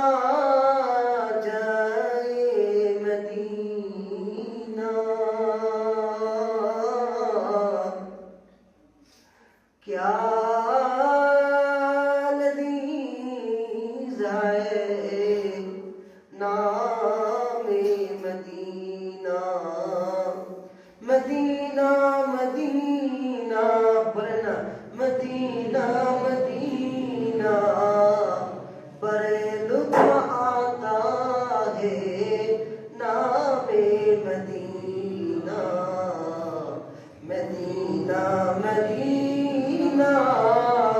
मदीना मदीना बड़े लुत्फ आता है नामे मदीना। এটা আল্লাহর রাসূলের আশিক আমাদের দালাবী রহমাতুল্লাহ আলাইহি, হাকিম তাসাউর রহমাতুল্লাহ আলাইহি এটা বলছেন যে মদিনার নামে আমাদের তো মজা লাগে, এরকম মজা নতুন বিবাহ করলে বাসর করে যাইলে বউয়ের সাথে থাকলে যে মজা লাগে এর থেকে বড় লুৎফ আতা হে নামে মদিনা। আরে মদিনার নাম লইলে আমার এত মজা লাগে। সুবহানাল্লাহ। কারণ কি মদিনার মধ্যে আমার মাসুক থাকে, আমার মাসুক থাকে, আমার যত ভালোবাসা আছে যার জন্য কিরকম আমার মাসুক এরকম মাসুক আমার, যে মাসুকের জন্য আল্লাহ পাক গোটা জাহান বানাইছেন, যাকে আল্লাহ তাআলা সমস্ত জাহানের রহমত বানাইছেন। কোরআনের পাতায় পাতায় যার নাম, কোরআনের পাতায় পাতায় যার নাম, তাওরাতে যার নাম, ইনজিলে যার নাম, জাবুরে যার নাম, সাইয়্যিদনা আদম আলাইহিস সালাম থেকে ঈসা পর্যন্ত যত পয়গম্বর আলাইহিস সালাম পৃথিবীতে আসছে সমস্ত পয়গম্বররা যার নামের প্রশংসা করেছে, ওই প্রিয় মানুষটা মদিনায় শুয়ে আছে, তাই মদিনার নাম নিয়ে আমার মজা লাগে। সুবহানাল্লাহ। এই যে মদিনার নাম নিলেই তো মজা লাগে, স্বাদ লাগে। এই জন্য সবচেয়ে মদিনার এশ প্রকাশ করতে যায় আমাদের দারুল উলুম দেওবন্দের প্রতিষ্ঠাতা কাসেম নানতুবি রহমাতুল্লাহ আলাইহি সবচেয়ে কঠিন ভাষা বলছেন মদিনার প্রেমে। উনি কি বলছেন? উনি বলছেন, अगर मैं मदीने के कुत्ते में से हो, अगर मैं मदीने में कुत्ते में से हो तो मदीने के पूरे रहा हूँ। अल्लाह, আমি যদি মদিনার কুকুর হইতাম তাহলে তো আমি রাসূলের রোজা আধারের গ্রাম নিতে পারতাম। কি এস প্রকাশ করছে যে মদিনার কুকুর হইলেও তো রাসূলের রোজা আধারের গ্রাম নিতে পারতাম। এই জন্য যার দিলে মদিনার এস আছে, মহব্বত আছে, আল্লাহ পাক তার মদিনায় যাওয়ার ব্যবস্থা করে। এই জন্য মদিনার এস মহব্বত নিজের দিলে রাখা। এই মদিনা শহরের মধ্যে এটা মদিনা শহর। আল্লাহ রাসূল নামাজ বললেন আবার সর হইলেন, সর হইতে হইতে আল্লাহ রাসূল চলতে লাগলেন। চলতে চলতে এক জায়গার মধ্যে থামলেন, বিশাল বড় পাহাড়। আল্লাহ রাসূল থামার পরে বলেন, ইয়া রাসূলুল্লাহ এখানে 2 রাকাত নফল নামাজ পড়েন। বললেন ইয়া রাসূলুল্লাহ আপনি কি জানেন এটা কোন পাহাড়? বলেন না, এটা হলো তুরে সিনা। ও রাসূল, এই পাহাড়ের মধ্যে মুসা আলাইহিস সালাম আল্লাহর সাথে কথা বলতেন। মুসা আলাইহিস সালাম এই গাছটা ধরছেন, এই গাছের মধ্যে দাঁড়ায় মুসা আল্লাহর সাথে কথা বলতেন। এই তুরে সিনা, এই পাহাড়ের মধ্যে আপনি দাঁড়ানো, এখানে আল্লাহর তাজাল্লি প্রকাশ পেয়েছিল। আল্লাহ রাসূলকে পরিচয় করে আবার উঠলেন, উঠে আবার রওনা হইলেন। যাইতে যাইতে আল্লাহ রাসূল এক জায়গায় নামলেন, নাইমা মাদিয়ান নামক শহরের মধ্যে নামলেন। বললেন 2 রাকাত নামাজ পড়েন। নামাজ পড়লেন যেন শুআয়ব আলাইহিস সালামের এলাকা। নামাজ পড়ে আবার রওনা দিলেন। রওনা দিতে দিতে আল্লাহ রাসূল বলেন সামনে যাইলাম। যাইতে যাইতে দেখি সামনে একটা বিশাল আকারের একটা সুন্দরী মহিলা। কি মহিলা? সুন্দরী রূপসী মহিলা। আকাশ দিয়ে উঠতেছে আর দেখি একটা সুন্দরী মহিলা, কিন্তু বয়স অনেক বেশি। বয়স কি? অনেক বেশি। বয়স বেশি হইল, তার চেহারার মধ্যে সৌন্দর্যের কি আছে, ভাব আছে, কিন্তু বিদ্যা। ওই মহিলা আমাকে ডাকতেছে, এদিকে আসেন। জিব্রাইল বলে, ইয়া রাসূলুল্লাহ, তার ডাকে সাড়া দেন না। সামনে আবার অগ্রসর হইলাম। অগ্রসর হইতে হইতে দেখলাম একটা বৃদ্ধা লোক আমাকে ডাকতেছে। জিব্রাইল বলে, ইয়া রাসূলুল্লাহ, তার ডাকেও সাড়া দেন না। আমি সামনে রওনা দিলাম। জিব্রাইল এবার বলতেছে, ইয়া রাসূলুল্লাহ, এই দুইটা লোক কারা আপনি জানেন কিনা? আল্লাহ রাসূল বলল, ভাই জিব্রাইল, কারা? বলে, ওই যে সুন্দরী মেয়েটা যে আপনাকে ডাকছে, এটা হলো দুনিয়া। দেখি দুনিয়া বৃদ্ধা হয়ে গেছে, দুনিয়ার বয়স হয়ে গেছে, আপনি আখিরি জামানার পয়গম্বর। আর যে বিদ্যাটা দেখছেন, এটা হলো শয়তান, দুনিয়ার শয়তান। দুইটা মিলে আপনার রাসূলকে ধোঁকা দিতে চায়। আপনি যাবেন কার বাড়িতে? আল্লাহর বাড়িতে। পথে শয়তান আর দুনিয়া আটকে দাঁড়িয়ে দিছে। এই জন্য দুনিয়ার মোহাব্বত সমস্ত গুনাহের মূল, সমস্ত ভুলের মূল। দুনিয়া আপনাকে ডাকতেছে মোহাব্বতের দিকে। ওগো রাসূল, আপনি চলেন। সামনে গেলেন। সামনে যাওয়ার পরে দেখলেন দুইজন লোক সালাম দিল, ইয়া মুহাম্মদ, আসসালামু আলাইকা ইয়া আউয়াল, আসসালামু আলাইকা ইয়া আখির, আসসালামু আলাইকা ইয়া হাশির। আল্লাহ রাসূল কি সালাম দিল। জিব্রাইল বলল, ইয়া রাসূলুল্লাহ, সালামের জবাব দেন। আল্লাহ রাসূল জবাব দিলেন, বললেন, এরা কারা জানেননি? না, আপনার ভাই মুসা আর ঈসা। সুবহানাল্লাহ। এরা আপনাকে স্বাগতম জানাইছে। আল্লাহ রাসূল চলতে লাগলেন, চলতে লাগলেন। চলতে চলতে আল্লাহ রাসূল বললেন, আমার উম্মতেরা ভালোভাবে শোনো, মেরাজের রাত্রির ঘটনা। এখানে আসরা লাইলাম, লাইলান শব্দটা নাকেরা শব্দ। লাইলান কেন আনলেন? নাকেরা বুঝাইছে অনির্দিষ্টকাল, অল্প সময়। এই যে আমি আল্লাহ এত বড় আসমান জমিন সব কিছু, জান্নাত জাহান্নাম আমি আমার রাসূলকে দেখাইছি। রে আমার বান্দারা, শুনে রাখো, এই সবগুলো দেখাইতে আমি আল্লাহর পুরা রাতও লাগে নাই, বরং রাতের অল্প সময় লাগছে। সুবহানাল্লাহ।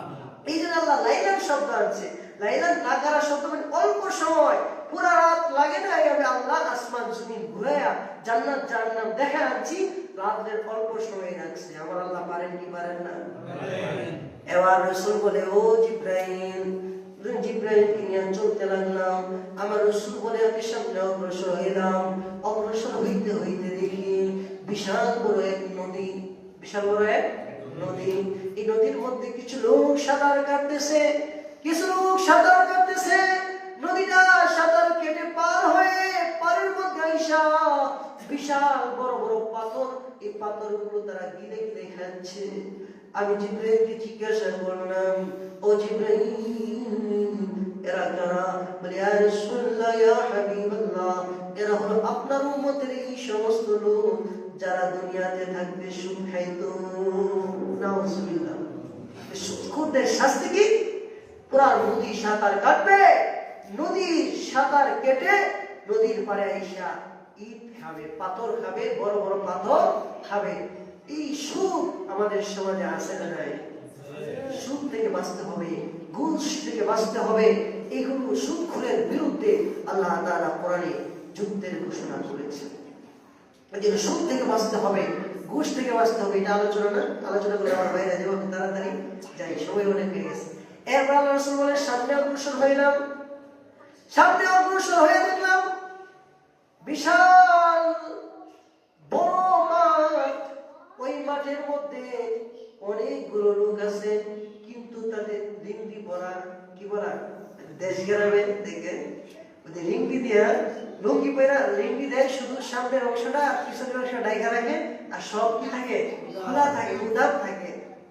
এটা সতর ঢাকা ফরজ তরফ হয়, পুরুষের গুনাহ হয়, এগুলো করা যাবে না। হাঁটুর নিচে কাপড় পরতে হবে, হাঁটু নিচে করতে হবে, কাপড় পরতে হবে। আর গিরার উপরে পরতে হবে পুরুষের কাপড়। টাকনুর নিচে কাপড় পরা যাবে না। হাঁটু যেটা আছে এটা নিচে, টাকনুর উপরে পরতে হবে পুরুষরা। টাকনুর নিচে পরে তাহলে ওই অংশটা জাহান্নামে যাবে। কোথায় যাবে? এই জন্য পুরুষ টাকনুর উপরে কাপড় পরবে, হাঁটুর নিচে পরবে। আল্লাহ রাসূল বললেন, দেখলাম এরকম লিঙ্গি দিয়ে আছে। শুধু তাই নয়, তাদেরকে জান্নাতের গন্ধম গাছের ফল খাওয়ানো হচ্ছে এবং তাদেরকে বিশাল বড় রৌদ্রের মধ্যে শাস্তি দেওয়া হচ্ছে। আমি বললাম, ও ভাই জিব্রাইল, এরা কারা? বলে ইয়া রাসূলুল্লাহ ইয়া হাবিবাল্লাহ, এরা আপনার উম্মতের ওই সমস্ত লোকরা যাদের উপর যাকাত ফরজ হয়েছিল কিন্তু যাকাত দেয় নাই, এই কারণে আল্লাহ তাআলা তাদেরকে শাস্তি দিয়েছেন। নাউযুবিল্লাহ। যাকাত ফরজ হয়, যাকাত কতটুকু সম্পদ হইলে ফরজ হয়? কারো কাছে যদি 52.5 ভরি স্বর্ণ রূপা বা 7.5 ভরি স্বর্ণ এই পরিমাণ টাকা থাকে বা রূপা থাকে, রূপার নেশাবি গরিবদের সহজে রূপার নেশাবি এখন আমাদের ধরা হয়, রূপা থাকলো বা নগদ টাকা থাকলো, তাহলে তার উপর যাকাত ফরজ হয়ে যাবে। এই ফরজ হইলে যাকাত দেয় না, তার শাস্তি কি হবে? এরকম। আমার ভাইরা মামুনেরা আমার গভীর মনোযোগ দিয়ে শুনেন। এখন যে কথাটা বলতেছি আল্লাহ রাসূল কান্দে বলে, ও আয়েশা এই কথাটা শুনো, আমার অন্তরে আগুন ধরে যায়।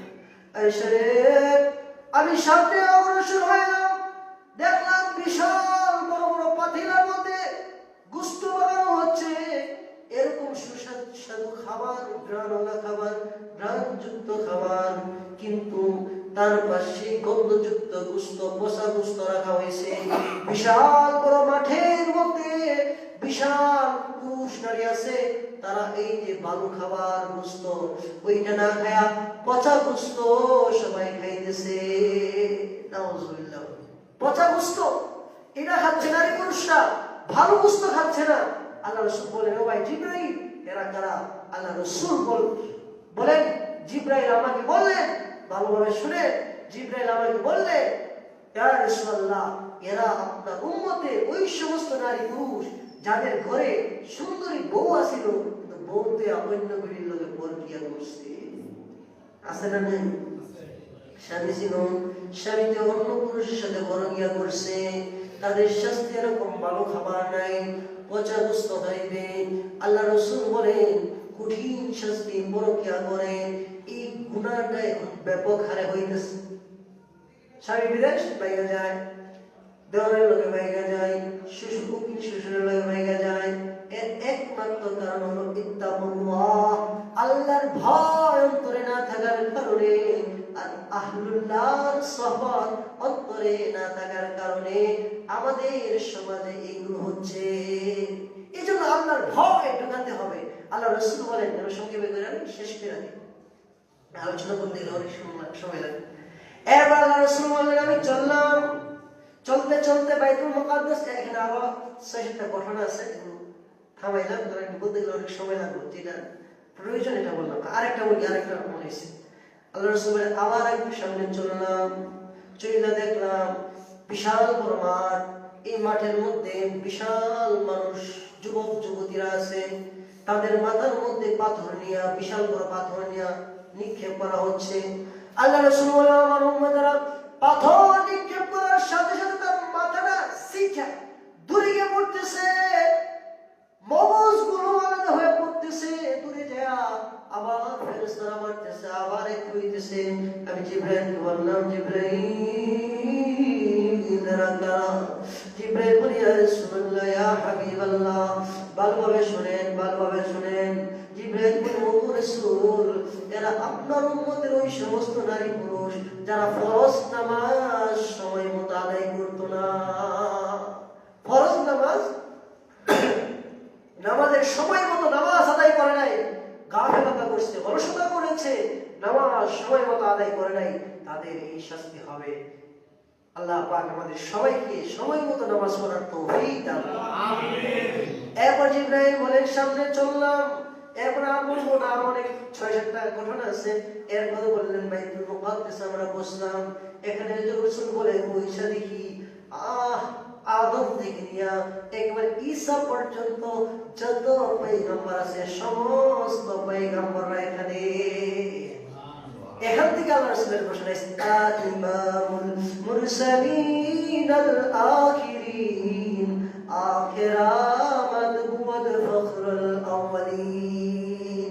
এখান থেকে আমার নবী সমস্ত নবীদের সরদার হয়েছেন, যিনি সমস্ত নবীদের সরদার। শেষে এসেছে কিন্তু আগে যারা আসছে সবাই যার গর্ব করে গেছে। শেষে আসছে, আগে যারা আসছে সবাই তার কি করছে? প্রশংসা করে গেছে। এরকম নবী আমরা পাইছি, আলহামদুলিল্লাহ। আল্লাহ রাসূলের বুরাক ধরে বানলাম, বুরাক বানলাম, ওই ইয়ার মধ্যে জিবরাইল বানলো, ওই জায়গার মধ্যে যেখানে আদম থেকে নিয়ে যত নবীরা আসছিল সমস্ত নবীরা তাদের সওয়াল ওইখানে বানছে। বাইনা মসজিদে গেলাম, একজন আযান দিল, ইকামত দিল, চালু বলতেছি ঘটনাটা প্রয়োজনীয় গুলো বলতেছি।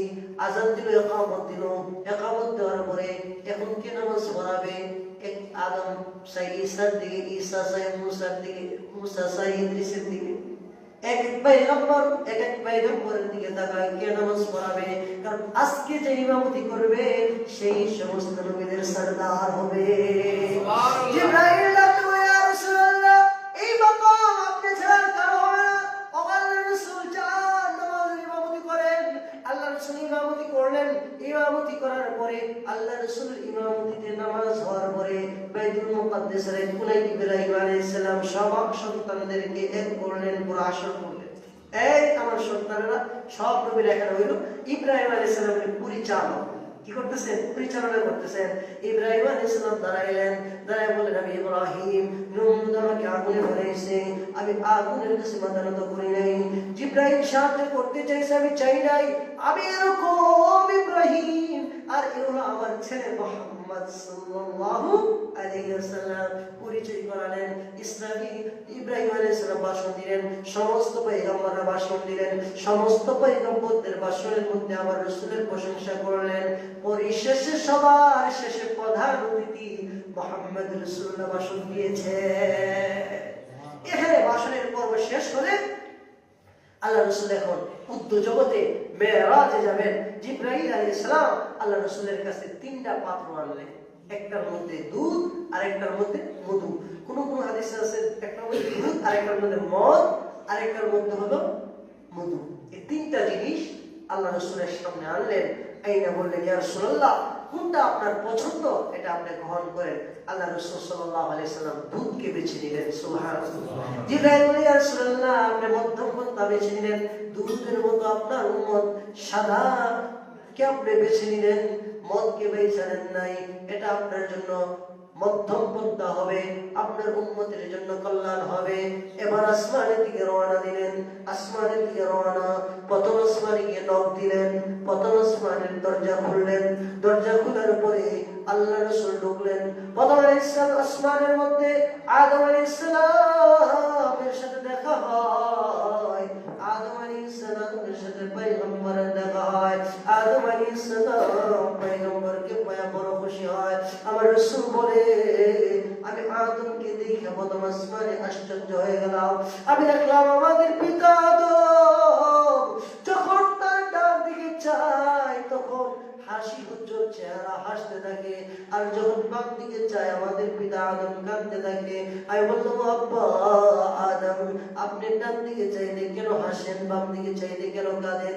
আদম ডাকতে বলে, ওরে আমার সন্তান মুহাম্মদ, আমি যখন আমার ডান দিকে চাই একেবারে আমি থেকে নিয়ে কিয়ামত পর্যন্ত আমার যত সন্তানরা জান্নাতি হবে, আমি আমার সব সন্তানগুলোর চেহারা দেখতে পাই। এটা তো আমি হাসি, আমার সন্তানরা জান্নাতে যাবে, আমার খুশি লাগে, আমি হাসি। আর যখন বামে চাই আমার যত সন্তানরা জাহান্নামে যাবে তাদের চেহারা দেখি, আমি দেখা তখন আমার কান্না আসে। আল্লাহ রাসূল বলেন, প্রথম আসমানে আদমের সাথে কথা হয়ে যায়, এরপরে দ্বিতীয় আসমানে যায়। দ্বিতীয় আসমানে দুই ভাইয়ের সাথে, দুই খালাতো ভাইয়ের সাথে দেখা হয়। ঈসা এবং ইয়াহইয়া আলাইহিস সালামের সাথে দেখা হয়। তৃতীয় আসমানের মধ্যে এরপরে যায় আবার গেট ধরে আল্লাহ রাসূল যায়। তৃতীয় আসমানের মধ্যে ইউসুফ আলাইহিস সালামের সাথে সাক্ষাৎ হয়ে যায়। সুবহানাল্লাহ। আল্লাহ রাসূল এখানে ইউসুফ আলাইহিস সালামের প্রশংসা করছেন। বলেন, ইউসুফ আলাইহিস সালামের সাথে আমার যে সাক্ষাৎ হয়েছে, ইউসুফ আলাইহিস সালামকে আমি অনেক সুন্দর দেখেছি, ওনার মতো সুন্দর আর মানুষ পৃথিবীতে হয় না। সুবহানাল্লাহ। এখন তো ইউসুফ আলাইহিস সালামের প্রশংসা আল্লাহ রাসূল করলেন। আমার রাসূল কত সুন্দর ছিল এটা না বললে নয়। আমার রাসূল কত সুন্দর ছিল, কোন কোন মুফাসসিরিন কেরাম বলেন আল্লাহ পাক সৌন্দর্যকে 100টা ভাগ করছে। কত ভাগ? 100 ভাগ। 100 ভাগ কইরা 99 ভাগ আল্লাহর কাছে রাখছে। কয় ভাগ? 99 ভাগ আমার আল্লাহর কাছে রাখছে। আর এক ভাগ দিয়া এক ভাগের আল্লাহ দুই ভাগ করছে। অর্ধেক দিয়া আদম থেকে নিয়ে কিয়ামত পর্যন্ত যত মানুষ আসবে তাদেরকে অর্ধেক সৌন্দর্য দিয়ে আমার আল্লাহ বানাইছে, আর অর্ধেক দিয়া ঈসা আলাইহিস সালামের বানাইছে। সুবহানাল্লাহ। আল্লাহ বলে এখন আল্লাহর কাছে আছে কয় ভাগ? 99। আল্লাহ বলে 99 ভাগ সৌন্দর্য দিয়া আমি আমার পয়গম্বর মুহাম্মদ রাসূলুল্লাহকে বানিয়েছি। এই জন্য তো আমার নবী এত সুন্দর ছিলেন। এক সাহাবী বলে আমার পয়গম্বর কিরকম সুন্দর ছিলেন, শেষ রাতে আমি তাহাজ্জুদ পড়তে উঠছি, দেখি মসজিদে নববীর মধ্যে এক চাঁদ। সুবহানাল্লাহ। মসজিদে নববীর মধ্যে কিরকম চাঁদ, আমি বলতেছি আসমানের চাঁদ পড়ে যায় কিনা, আসমানের চাঁদ কি মসজিদে নববীর মধ্যে পড়ে গেল নাকি? সাহাবী বলে আমার বাড়ি 2-3 মাইল দূরে হবে মসজিদে নববী থেকে, আমি 2-3 মাইল দূর থেকে দেখি মসজিদে নববীর মধ্যে আকাশের চাঁদ পড়ে আছে। আস্তে আস্তে সামনে অগ্রসর হয়, সামনে অগ্রসর হয়ে আমার বন্ধুরা, সাহাবী বলে এটা তো কোনো চাঁদ নয়, এটা কোনো আকাশের চাঁদ নয়, কুল কায়নাতের চাঁদ মুহাম্মদ রাসূলুল্লাহ সাল্লাল্লাহু আলাইহি ওয়াসাল্লাম নামাজে দাঁড়ায় রয়েছে, আর এই আলো 2-3 মাইল পর্যন্ত দেখা যায়। এরকম সুন্দর আমার রাসূল ছিলেন। এই জন্য আমার রাসূলের সৌন্দর্য প্রকাশ করে শেষ করা যাবে না। আমার রাসূলের সৌন্দর্য শুধু বাড়তো আর বাড়তো। সাহাবায়ে কেরাম বলেন আজকে দেখছি আল্লাহ রাসূল একরকম, আগামীকাল আরো বেশি সুন্দর। সুবহানাল্লাহ। আজকে এরকম সুন্দর, আগামীকাল আরো সুন্দর। দেখতাম শুধু রাসূলের সৌন্দর্য বাড়তো। আম্মা জান আয়েশা আমার রাসূলের প্রশংসা করতে যায় বলে, ওরে দুনিয়ার মানুষেরা শোনো শোনো শোনো, ইউসুফ আলাইহিস সালামের দেখা দাসীরা হাত কাটছিল। ইউসুফের দেখা দাসীরা হাত কাটছিল না? মিশরের বাদশার মেয়েরা, গণ্যমান্য ব্যক্তির মেয়েরা, তারা ইউসুফের দিকে তাদের কি কাটছে? হাত কাটছে। আমার আম্মা জান বলে আমার নবী এরকম সুন্দর, আমার নবীর যদি মিশরের মেয়েরা দেখতো তাদের কইটা কাইটা দিত। এত সুন্দর অধিকারী ছিলেন, তারা কইটা কাইটা ফেলতো। আয়েশা রাদিয়াল্লাহু তাআলা বলতেন, ও দুনিয়ার মানুষেরা শোনো, আমার পয়গম্বর কিরকম সুন্দর, সমস্ত দুনিয়ার জন্য লানা শামসুল লাকা শামসি, তোমাদের একটা সূর্য আছে, আমি আয়েশারও একটা সূর্য আছে। সুবহানাল্লাহ। তোমাদের সুন্দর, তোমাদের সূর্য উঠে ফজরের পরে, ফজরের পরে সূর্য উঠে কি উঠে না? বলে এই সূর্য সমস্ত দুনিয়াকে আলোকিত করে। ও দুনিয়ার মানুষেরা শোনো, আমি আয়েশারও একটা সূর্য আছে, কিন্তু আমার সূর্যটা উদিত হয় এশার নামাজের পরে। এশারের নামাজের পরে সূর্য উদিত হয়। এশারের নামাজের পরে যখন আল্লাহ রাসূল আমার ঘরে আসতো, কোনো বাতি লাগতো না, ঘর আলোকিত হয়ে যেত। আয়েশা বলে আমার রাসূলের হাত দিয়া আমি কাঁথা সেলাই করতাম, ঘরে বাতি লাগতো না, রাসূলের হাতটা দিলে পুরো ঘর আলোকিত হয়ে যেত। আমার রাসূল এরকম ছিলেন। আমার রাসূল শুধু এরকম সৌন্দর্যের অধিকারী ছিলেন যে আল্লাহ রাসূলের সৌন্দর্য শুধু বাড়তো। এই জন্য আল্লাহ কোরআনে বলছেন, ওমা আরসালনাকা ইল্লা রাহমাতাল লিল আলামিন। শুধু এরকম নয়, আমার রাসূলের ঘাম মুবারক এত দামি ছিল, আমার রাসূলের ঘাম মুবারক মেশকে আম্বরের চেয়ে বেশি ঘ্রাণ ছিল। আর রাসূল ঘামতেন, আম্মা জানি ঘামের শিশার মধ্যে ভরে রাখতেন। সুবহানাল্লাহ। বিয়া শাদীর অনুষ্ঠানের মধ্যে শিশাটা খুলে ফুলিয়ে দিত, পুরা অনুষ্ঠান গ্রানে গ্রানিত হয়ে যেত। আমার নবী এরকম ছিলেন। আমার রাসূলের থুথু কিরকম দাম, রাসূল থুথু দিছে তো সাপের বিষ চইলা গেছে। সুবহানাল্লাহ। রাসূল আঙ্গুল দিয়ে, আমার রাসূলের আঙ্গুলের কি দাম, আঙ্গুল দিয়ে ইশারা দিছে তো চাঁদ দ্বিখণ্ডিত হয়ে গেছে। আর রাসূল বলেন সুবহানাল্লাহ, আঙ্গুল দিয়ে ইশারা দিছে চাঁদ দ্বিখণ্ডিত হ, ইশারা দিতে দিতে চাঁদ দ্বিখণ্ডিত হতে দিই নাই। আমার রাসূলের আঙ্গুলের এরকম দাম, চোখের এরকম দাম, জঙ্গলার গাছকে চোখ দ্বারা ইশারা দিছে, গাছ এসে ছায়া দেয়, এর ভিতরে বসে আমার রাসূল ইস্তেঞ্জা করে। এরকম রাসূল আমরা পাইছি। এই রাসূল সাল্লাল্লাহু আলাইহি ওয়াসাল্লাম বলেন ঈসা ইউসুফ আলাইহিস সালামের সাথে কয় নম্বর আসমানে? 3 নম্বর আসমানে দেখা হয়। ইউসুফ আলাইহিস সালাম 4 নম্বর আসমানে গেলেন। 4 নম্বর আসমানে হারুন আলাইহিস সালামের সাথে দেখা কথা হইল।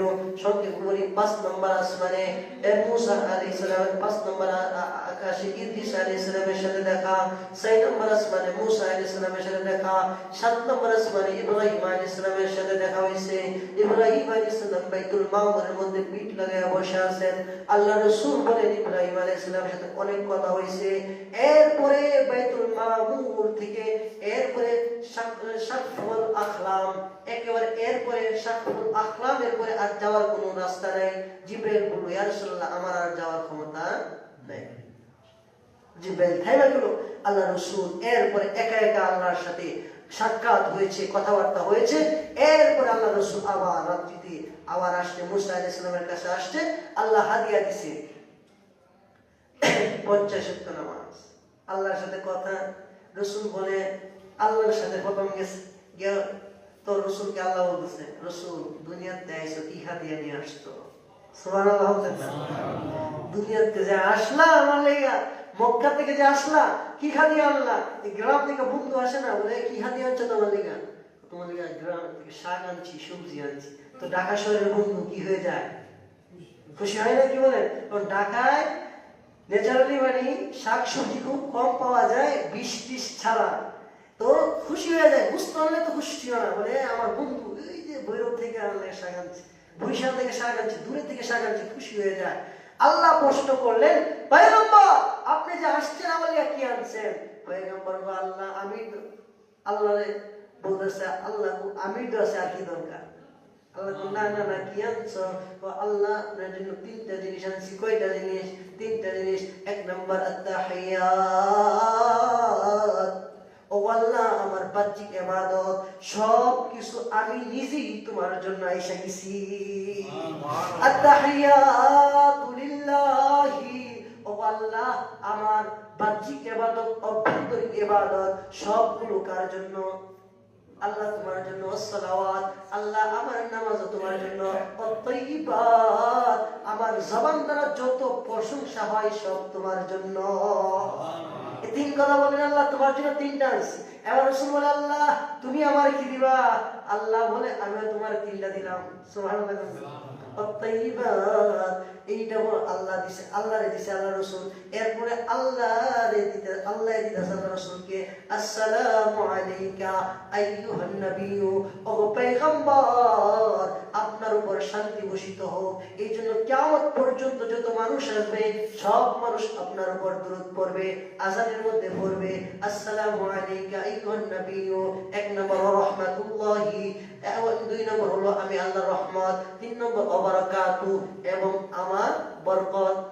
1 নম্বর হলো আসসালামু আলাইকা তোমার উপর শান্তি বর্ষিত, রাহমাতুল্লাহি 2 নম্বর বারাকাতু। রহমত এবং বরকত এটা আলোচনা করতে গেলে আরো অনেক সময় লাগবে। 3টা দিল। এবার দেখে আল্লাহ রাসূলের মিলিস হাসি নাই, মুখে কি নাই? হাসি নাই। আল্লাহ যদি 3টা দেয় আমরা হাসলাম না? কিন্তু আল্লাহ রাসূল হাসে না। আল্লাহ বলে ও পয়গম্বর আপনি হাসেন না কেন? বলে আল্লাহ আমার তো 3টা দিলা কিন্তু আমার উম্মত। সুবহানাল্লাহ। দেখছেন কি আল্লাহর সাথে সরাসরি কথা হচ্ছে, সাক্ষাৎ হচ্ছে। রাসূল ওই মুহূর্তে উম্মত বলে না, হাদিয়া পাইছে কিন্তু গ্রহণ করেন আল্লাহ আমার উম্মত। উম্মত তাই নাকি? তাহলে ঠিক আছে আসসালামু আলাইনা ওয়া আলা ইবাদিল্লাহিস সালিহিন। ও পয়গম্বর আমি জানি উম্মতরে না দিলে পড়বে না আসসালামু আলাইনা ওয়া আলা ইবাদিল্লাহিস সালিহিন। আমার সালিহিন বান্দা যারা আছে তাদেরকেও আমি এই 3টা দান করলাম। এরপর আল্লাহ রাসূল হাসি দিলেন। আল্লাহ রাসূল 5 ওয়াক্ত নামাজ দিয়া কমাইতে কমাইতে 5 ওয়াক্ত আসছে।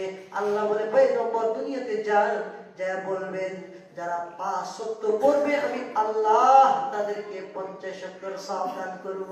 সুবহানাল্লাহ। যদি 5 ওয়াক্ত নামাজ পড়তে হবে কি হবে না? না ছেড়ে দিবেন? তাহলে মেরাজের আমল, অনেকে জিজ্ঞাসা করে মেরাজের আমল কি? মেরাজের আমল হলো 5 ওয়াক্ত নামাজ। 5 ওয়াক্ত নামাজ শুধু সবে মেরাজের দিন পড়বো নাকি সারা বছর? মেরাজের আমল সারা বছর। এটা আল্লাহ বলছেন সুবহানাল্লাযী আসরা বিআবদিহি লাইলান মিনাল মাসজিদিল হারাম ইলাল মাসজিদিল আকসা। ওই আল্লাহ পবিত্র যিনি তার বান্দাকে মসজিদে হারাম থেকে মসজিদে আকসা পর্যন্ত প্রবেশ করিয়েছেন। এতটুকুই তাফসীর, আর বলে আর অনেক সময় লাগবে শব্দের ব্যাখ্যা। আল্লাহ পাক আমাদেরকে 5 ওয়াক্ত নামাজ জামাতের সাথে পড়ার তৌফিক দান করুন, রাসূলের খাঁটি আশিক হওয়ার তৌফিক দান করুন। আমিন। আল্লাহ, এই পর্যন্ত আজকে আলোচনা। এখানে প্রতি মাসে ইসলামী মজলিস হয়, আলহামদুলিল্লাহ এই বছরের জন্য এখনই স্থগিত। আবার আল্লাহ যদি হায়াতে রাখে ইনশাআল্লাহ আগামী বছর হবে। আপনারা এরকম একটা ইসলামী মজলিস হোক আপনাদের মহল্লা, আপনারা কি চান কি চান না? আপনারা এই মাদ্রাসার প্রতি, আমি তো থাকি না, বিশেষভাবে নজর রাখবেন ইনশাআল্লাহ। নজর রাখলে আল্লাহ আপনার প্রতি নজর রাখবেন ইনশাআল্লাহ। আল্লাহ নজর রাখবো। আপনাদের এলাকাতে একটি মাদ্রাসা, এটা এখন কওমি মাদ্রাসার সিস্টেম এটা হয়েছে। এখানে আপনারা আর্থিকভাবে দান করলেন, আমি কারো উপর জোর দিয়ে চাই না। আপনি চেষ্টা করলেন মাসে 1 বস্তা চাউল দিলেন মাদ্রাসায়। হাজী সাহেব তো মাদ্রাসা বাইতেছে মাশাআল্লাহ, অনেক বড় মাদ্রাসা। এখন যদি আপনারা এই মাদ্রাসাটা না চালাইতে পারেন তাহলে তো অসুবিধা না। উনি বাইতে দিচ্ছে মাশাআল্লাহ, আপনারা বলেন যে আমাদের উনি তো বাইতে দিয়ে গেছে মাশাআল্লাহ, আমরা যেন দোয়া করি। এখন আমরা আর্থিকভাবে মাদ্রাসায় যা প্রয়োজন আমরা দিব কি দিব না? ইনশাআল্লাহ দেব। আর আপনাদের রুহের খোরাক যেটা, এটা মাদ্রাসা থেকে ব্যবস্থা হবে। এলাকার মানুষের রুহের খোরাকের জন্য ইসলামী মসজিদ চালু করা হয়েছে। আমার ইনশাআল্লাহ সামনে স্বপ্ন আছে, যারা বয়স্ক আছে তাদের একটা সময় কোরআন শিক্ষার ব্যবস্থা করা। আস্তে আস্তে করবো, একসাথে তো আর করা যায় না। মানে এসারের পরে বয়স্ক মাদ্রাসা শুনে আপনাদের বয়স্কদের জন্য কোরআন শিক্ষা ফ্রি শিক্ষা দেওয়া হবে। এই জন্য আপনারা এই মাদ্রাসার প্রতি নজর রাখবেন, বিশেষ নজর রাখবেন। আল্লাহ আপনাদেরকে মহব্বত করবে ইনশাআল্লাহ। সবাই দুরূদ শরীফ পড়ি। আল্লাহুম্মা সাল্লি আলা মুহাম্মাদ ওয়া আলা আলি মুহাম্মাদ কামা সাল্লাইতা আলা ইব্রাহিম ওয়া আলা আলি ইব্রাহিম ইন্নাকা হামিদুম মাজিদ। আল্লাহুম্মা বারিক আলা মুহাম্মাদ ওয়া আলা আলি মুহাম্মাদ কামা বারাকতা আলা ইব্রাহিম ওয়া আলা আলি ইব্রাহিম ইন্নাকা হামিদুম মাজিদ। اللهم انت السلام ومنك السلام تباركت يا ذا الجلال والاكرام. ربنا ظلمنا انفسنا وان لم تغفر لنا وترحمنا لنكونن من الخاسرين. ربنا لا تزغ قلوبنا بعد إذ هديتنا وهب لنا من لدنك رحمة إنك أنت الوهاب. اللهم أرنا الحق وارزقنا اتباعه وأرنا الباطل باطلا وارزقنا اجتنابه. اللهم نور قلوبنا بالقرآن وزين أخلاقنا بالقرآن ونجنا من النار بالقرآن وأدخلنا في الجنة بالقرآن. وقضى يا يشكرنا ويا الرحمن رحم الله. الذي ربكين البرتقي مريد على جنويس الله تمار محبوب يا بندر الكري الله بكناغر تمار شهيد المري أدرنات بايا الله زندگی তে যত গুনাহ করেছি কবিরা সগীরা শিরক বেদাত ইত্যাদি তোমার ইচ্ছাকৃত সমস্ত গুনাহের জন্য মালিক তোমার কাছে তওবা করছি। তোমার রহমান রহিম নামের উসিলায় আমাদের জিন্দেগীর সমস্ত গুনাহগুলো মাফ করে দাও। ও আল্লাহ, আমাদের মধ্যে অনেকে অসুস্থ, অনেকে ঋণগ্রস্ত, আল্লাহ যারা অসুস্থ তাদেরকে সুস্থতা নসিব ফরমাও। আল্লাহ যারা অভাবগ্রস্ত অভাব দূর করে দাও। আল্লাহ যারা ঋণগ্রস্ত ঋণ পরিশোধের ব্যবস্থা করে দাও। আল্লাহ ইসলামী মজলিস প্রতি মাসে হয়। আল্লাহ এলাকার আমার কলিজার টুকরা ছোটরা বাবারা আল্লাহ অনেকই দান করে মাদ্রাসায়। আল্লাহ আপনিও ওনাদের প্রতি আপনার বিশেষ নজর রাখেন। আল্লাহ মুসাফির দোয়া করে দিলাম। আল্লাহ এলাকার যে সমস্ত মা বোনেরা ভাইয়েরা এই মাদ্রাসার প্রতি নজর রাখে, তুমিও তাদের প্রতি নজর দিও, রহমতের নজর দিও। আল্লাহ এই মাদ্রাসাকে তুমি দাওরাই হাদিস পর্যন্ত কোরআন নজর করে নাও।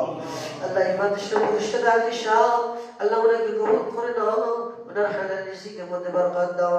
মাদ্রাসার প্রতি ইখলাসের সাথে খিদমত করার তৌফিক নসিব ফরমাও আল্লাহ যারা মাদ্রাসার কল্যাণ খাই আল্লাহ দান খয়রাত করে আশেপাশে তাকে মহব্বত করে আল্লাহ আমার সব ভাইদেরকে আপনি কবুল আর মঞ্জুর করে নাও আমার লাগা জানি করবা নেই করবা বানাই করবা অন্ধকার কবরে শুয়ে আছে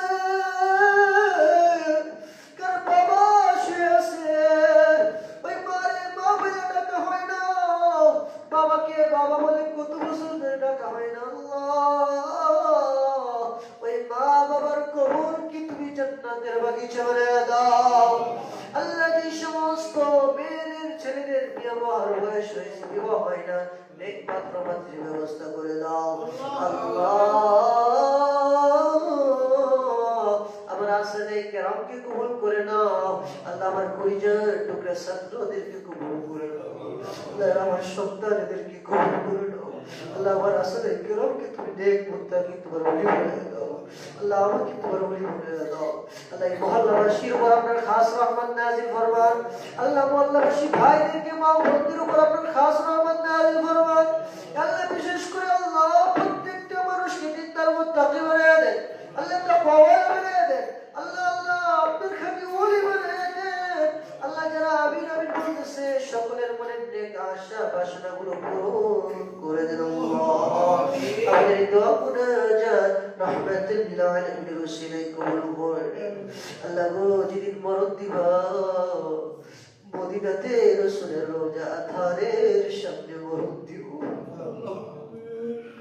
রাসূলের দিকে চাইতে চাইতে আস্তে আস্তে কালিমা পড়তে পড়তে মরণ দিব আল্লাহ আমার মরণের পরে মদিনায় একটু কবরের ব্যবস্থা করে দিও আল্লাহ জান্নাতুল বাকিতে একটু কবরের ব্যবস্থা করে দিও আল্লাহ যেন কবরে শুয়ে রাসূলের রওজা আথারের গান শুনতে পাই আল্লাহ আল্লাহর ওলির সাথে কবরের ব্যবস্থা করে দিও আল্লাহ আল্লাহ ওয়ালার সাথে কবরের ব্যবস্থা করে দিও আমাদের দোয়া মুনাজাত রহমাতুল লিল আলামিন ওসিলায় কবুল মঞ্জুর করে দিন আল্লাহ আমাদের অনেক হাজত টাকা পয়সার প্রয়োজন আল্লাহ আপনার গায়েব খাজানা থেকে পুরো করুন আল্লাহ আপনার গায়েব খাজানা থেকে পুরো করুন আল্লাহ আমাকে পাক দিচ্ছেন আল্লাহ আর্থিক সচ্ছলতা আল্লাহ টাকা পয়সার মালিক তো আমি না আপনি আল্লাহ আল্লাহ আপনার রাস্তাটা মুসলিম ব্যবস্থা করে দেন আল্লাহ আপনার রাস্তাটা মুসলিম ব্যবস্থা করে দেন আল্লাহ হক আদায় করে যেন আল্লাহ দায়িত্ব পালন করতে পারি সেই তৌফিক দান আমিন আল্লাহ আপনার সাথে করো ছাত্র ভাইদেরকে এলাকাবাসীদেরকে সবাইকে কবুল করে আল্লাহ ওদের সবাইকে কবুল করে আল্লাহ ওদের সবাইকে কবুল করে আল্লাহ আমাদের হাজতগুলো আপনি দিকে পূরণ করে আল্লাহ তোমার কোনো বান্দার দিলে ডাইলা দাও তোমার কোনো বান্দাকে তুমি নিয়োজিত করে দাও আল্লাহ রিচার আল্লাহ কেউ কেউ পাঠিয়ে দাও আল্লাহ আমাদের চোখের পানি ছাড়া কিছু নাই ব্যবস্থার মালিক তুমি আকাবির থেকে আমরা শিখছি আল্লাহ যার কিছু হাজাত তোমার গায়েবী খাজানা থেকে পুরো করো আল্লাহ তোমার গায়েবী খাজানা থেকে পুরো করো আল্লাহ তোমার কাছে বলি আল্লাহ তুমি তো ব্যবস্থার মালিক আল্লাহ তুমি করে দাও সাল্লাল্লাহু তাআলা আলা খাইরি খালকি মুহাম্মাদিন ওয়া আলিহি ওয়া সাহবিহি আজমাইন برحمتك يا ارحم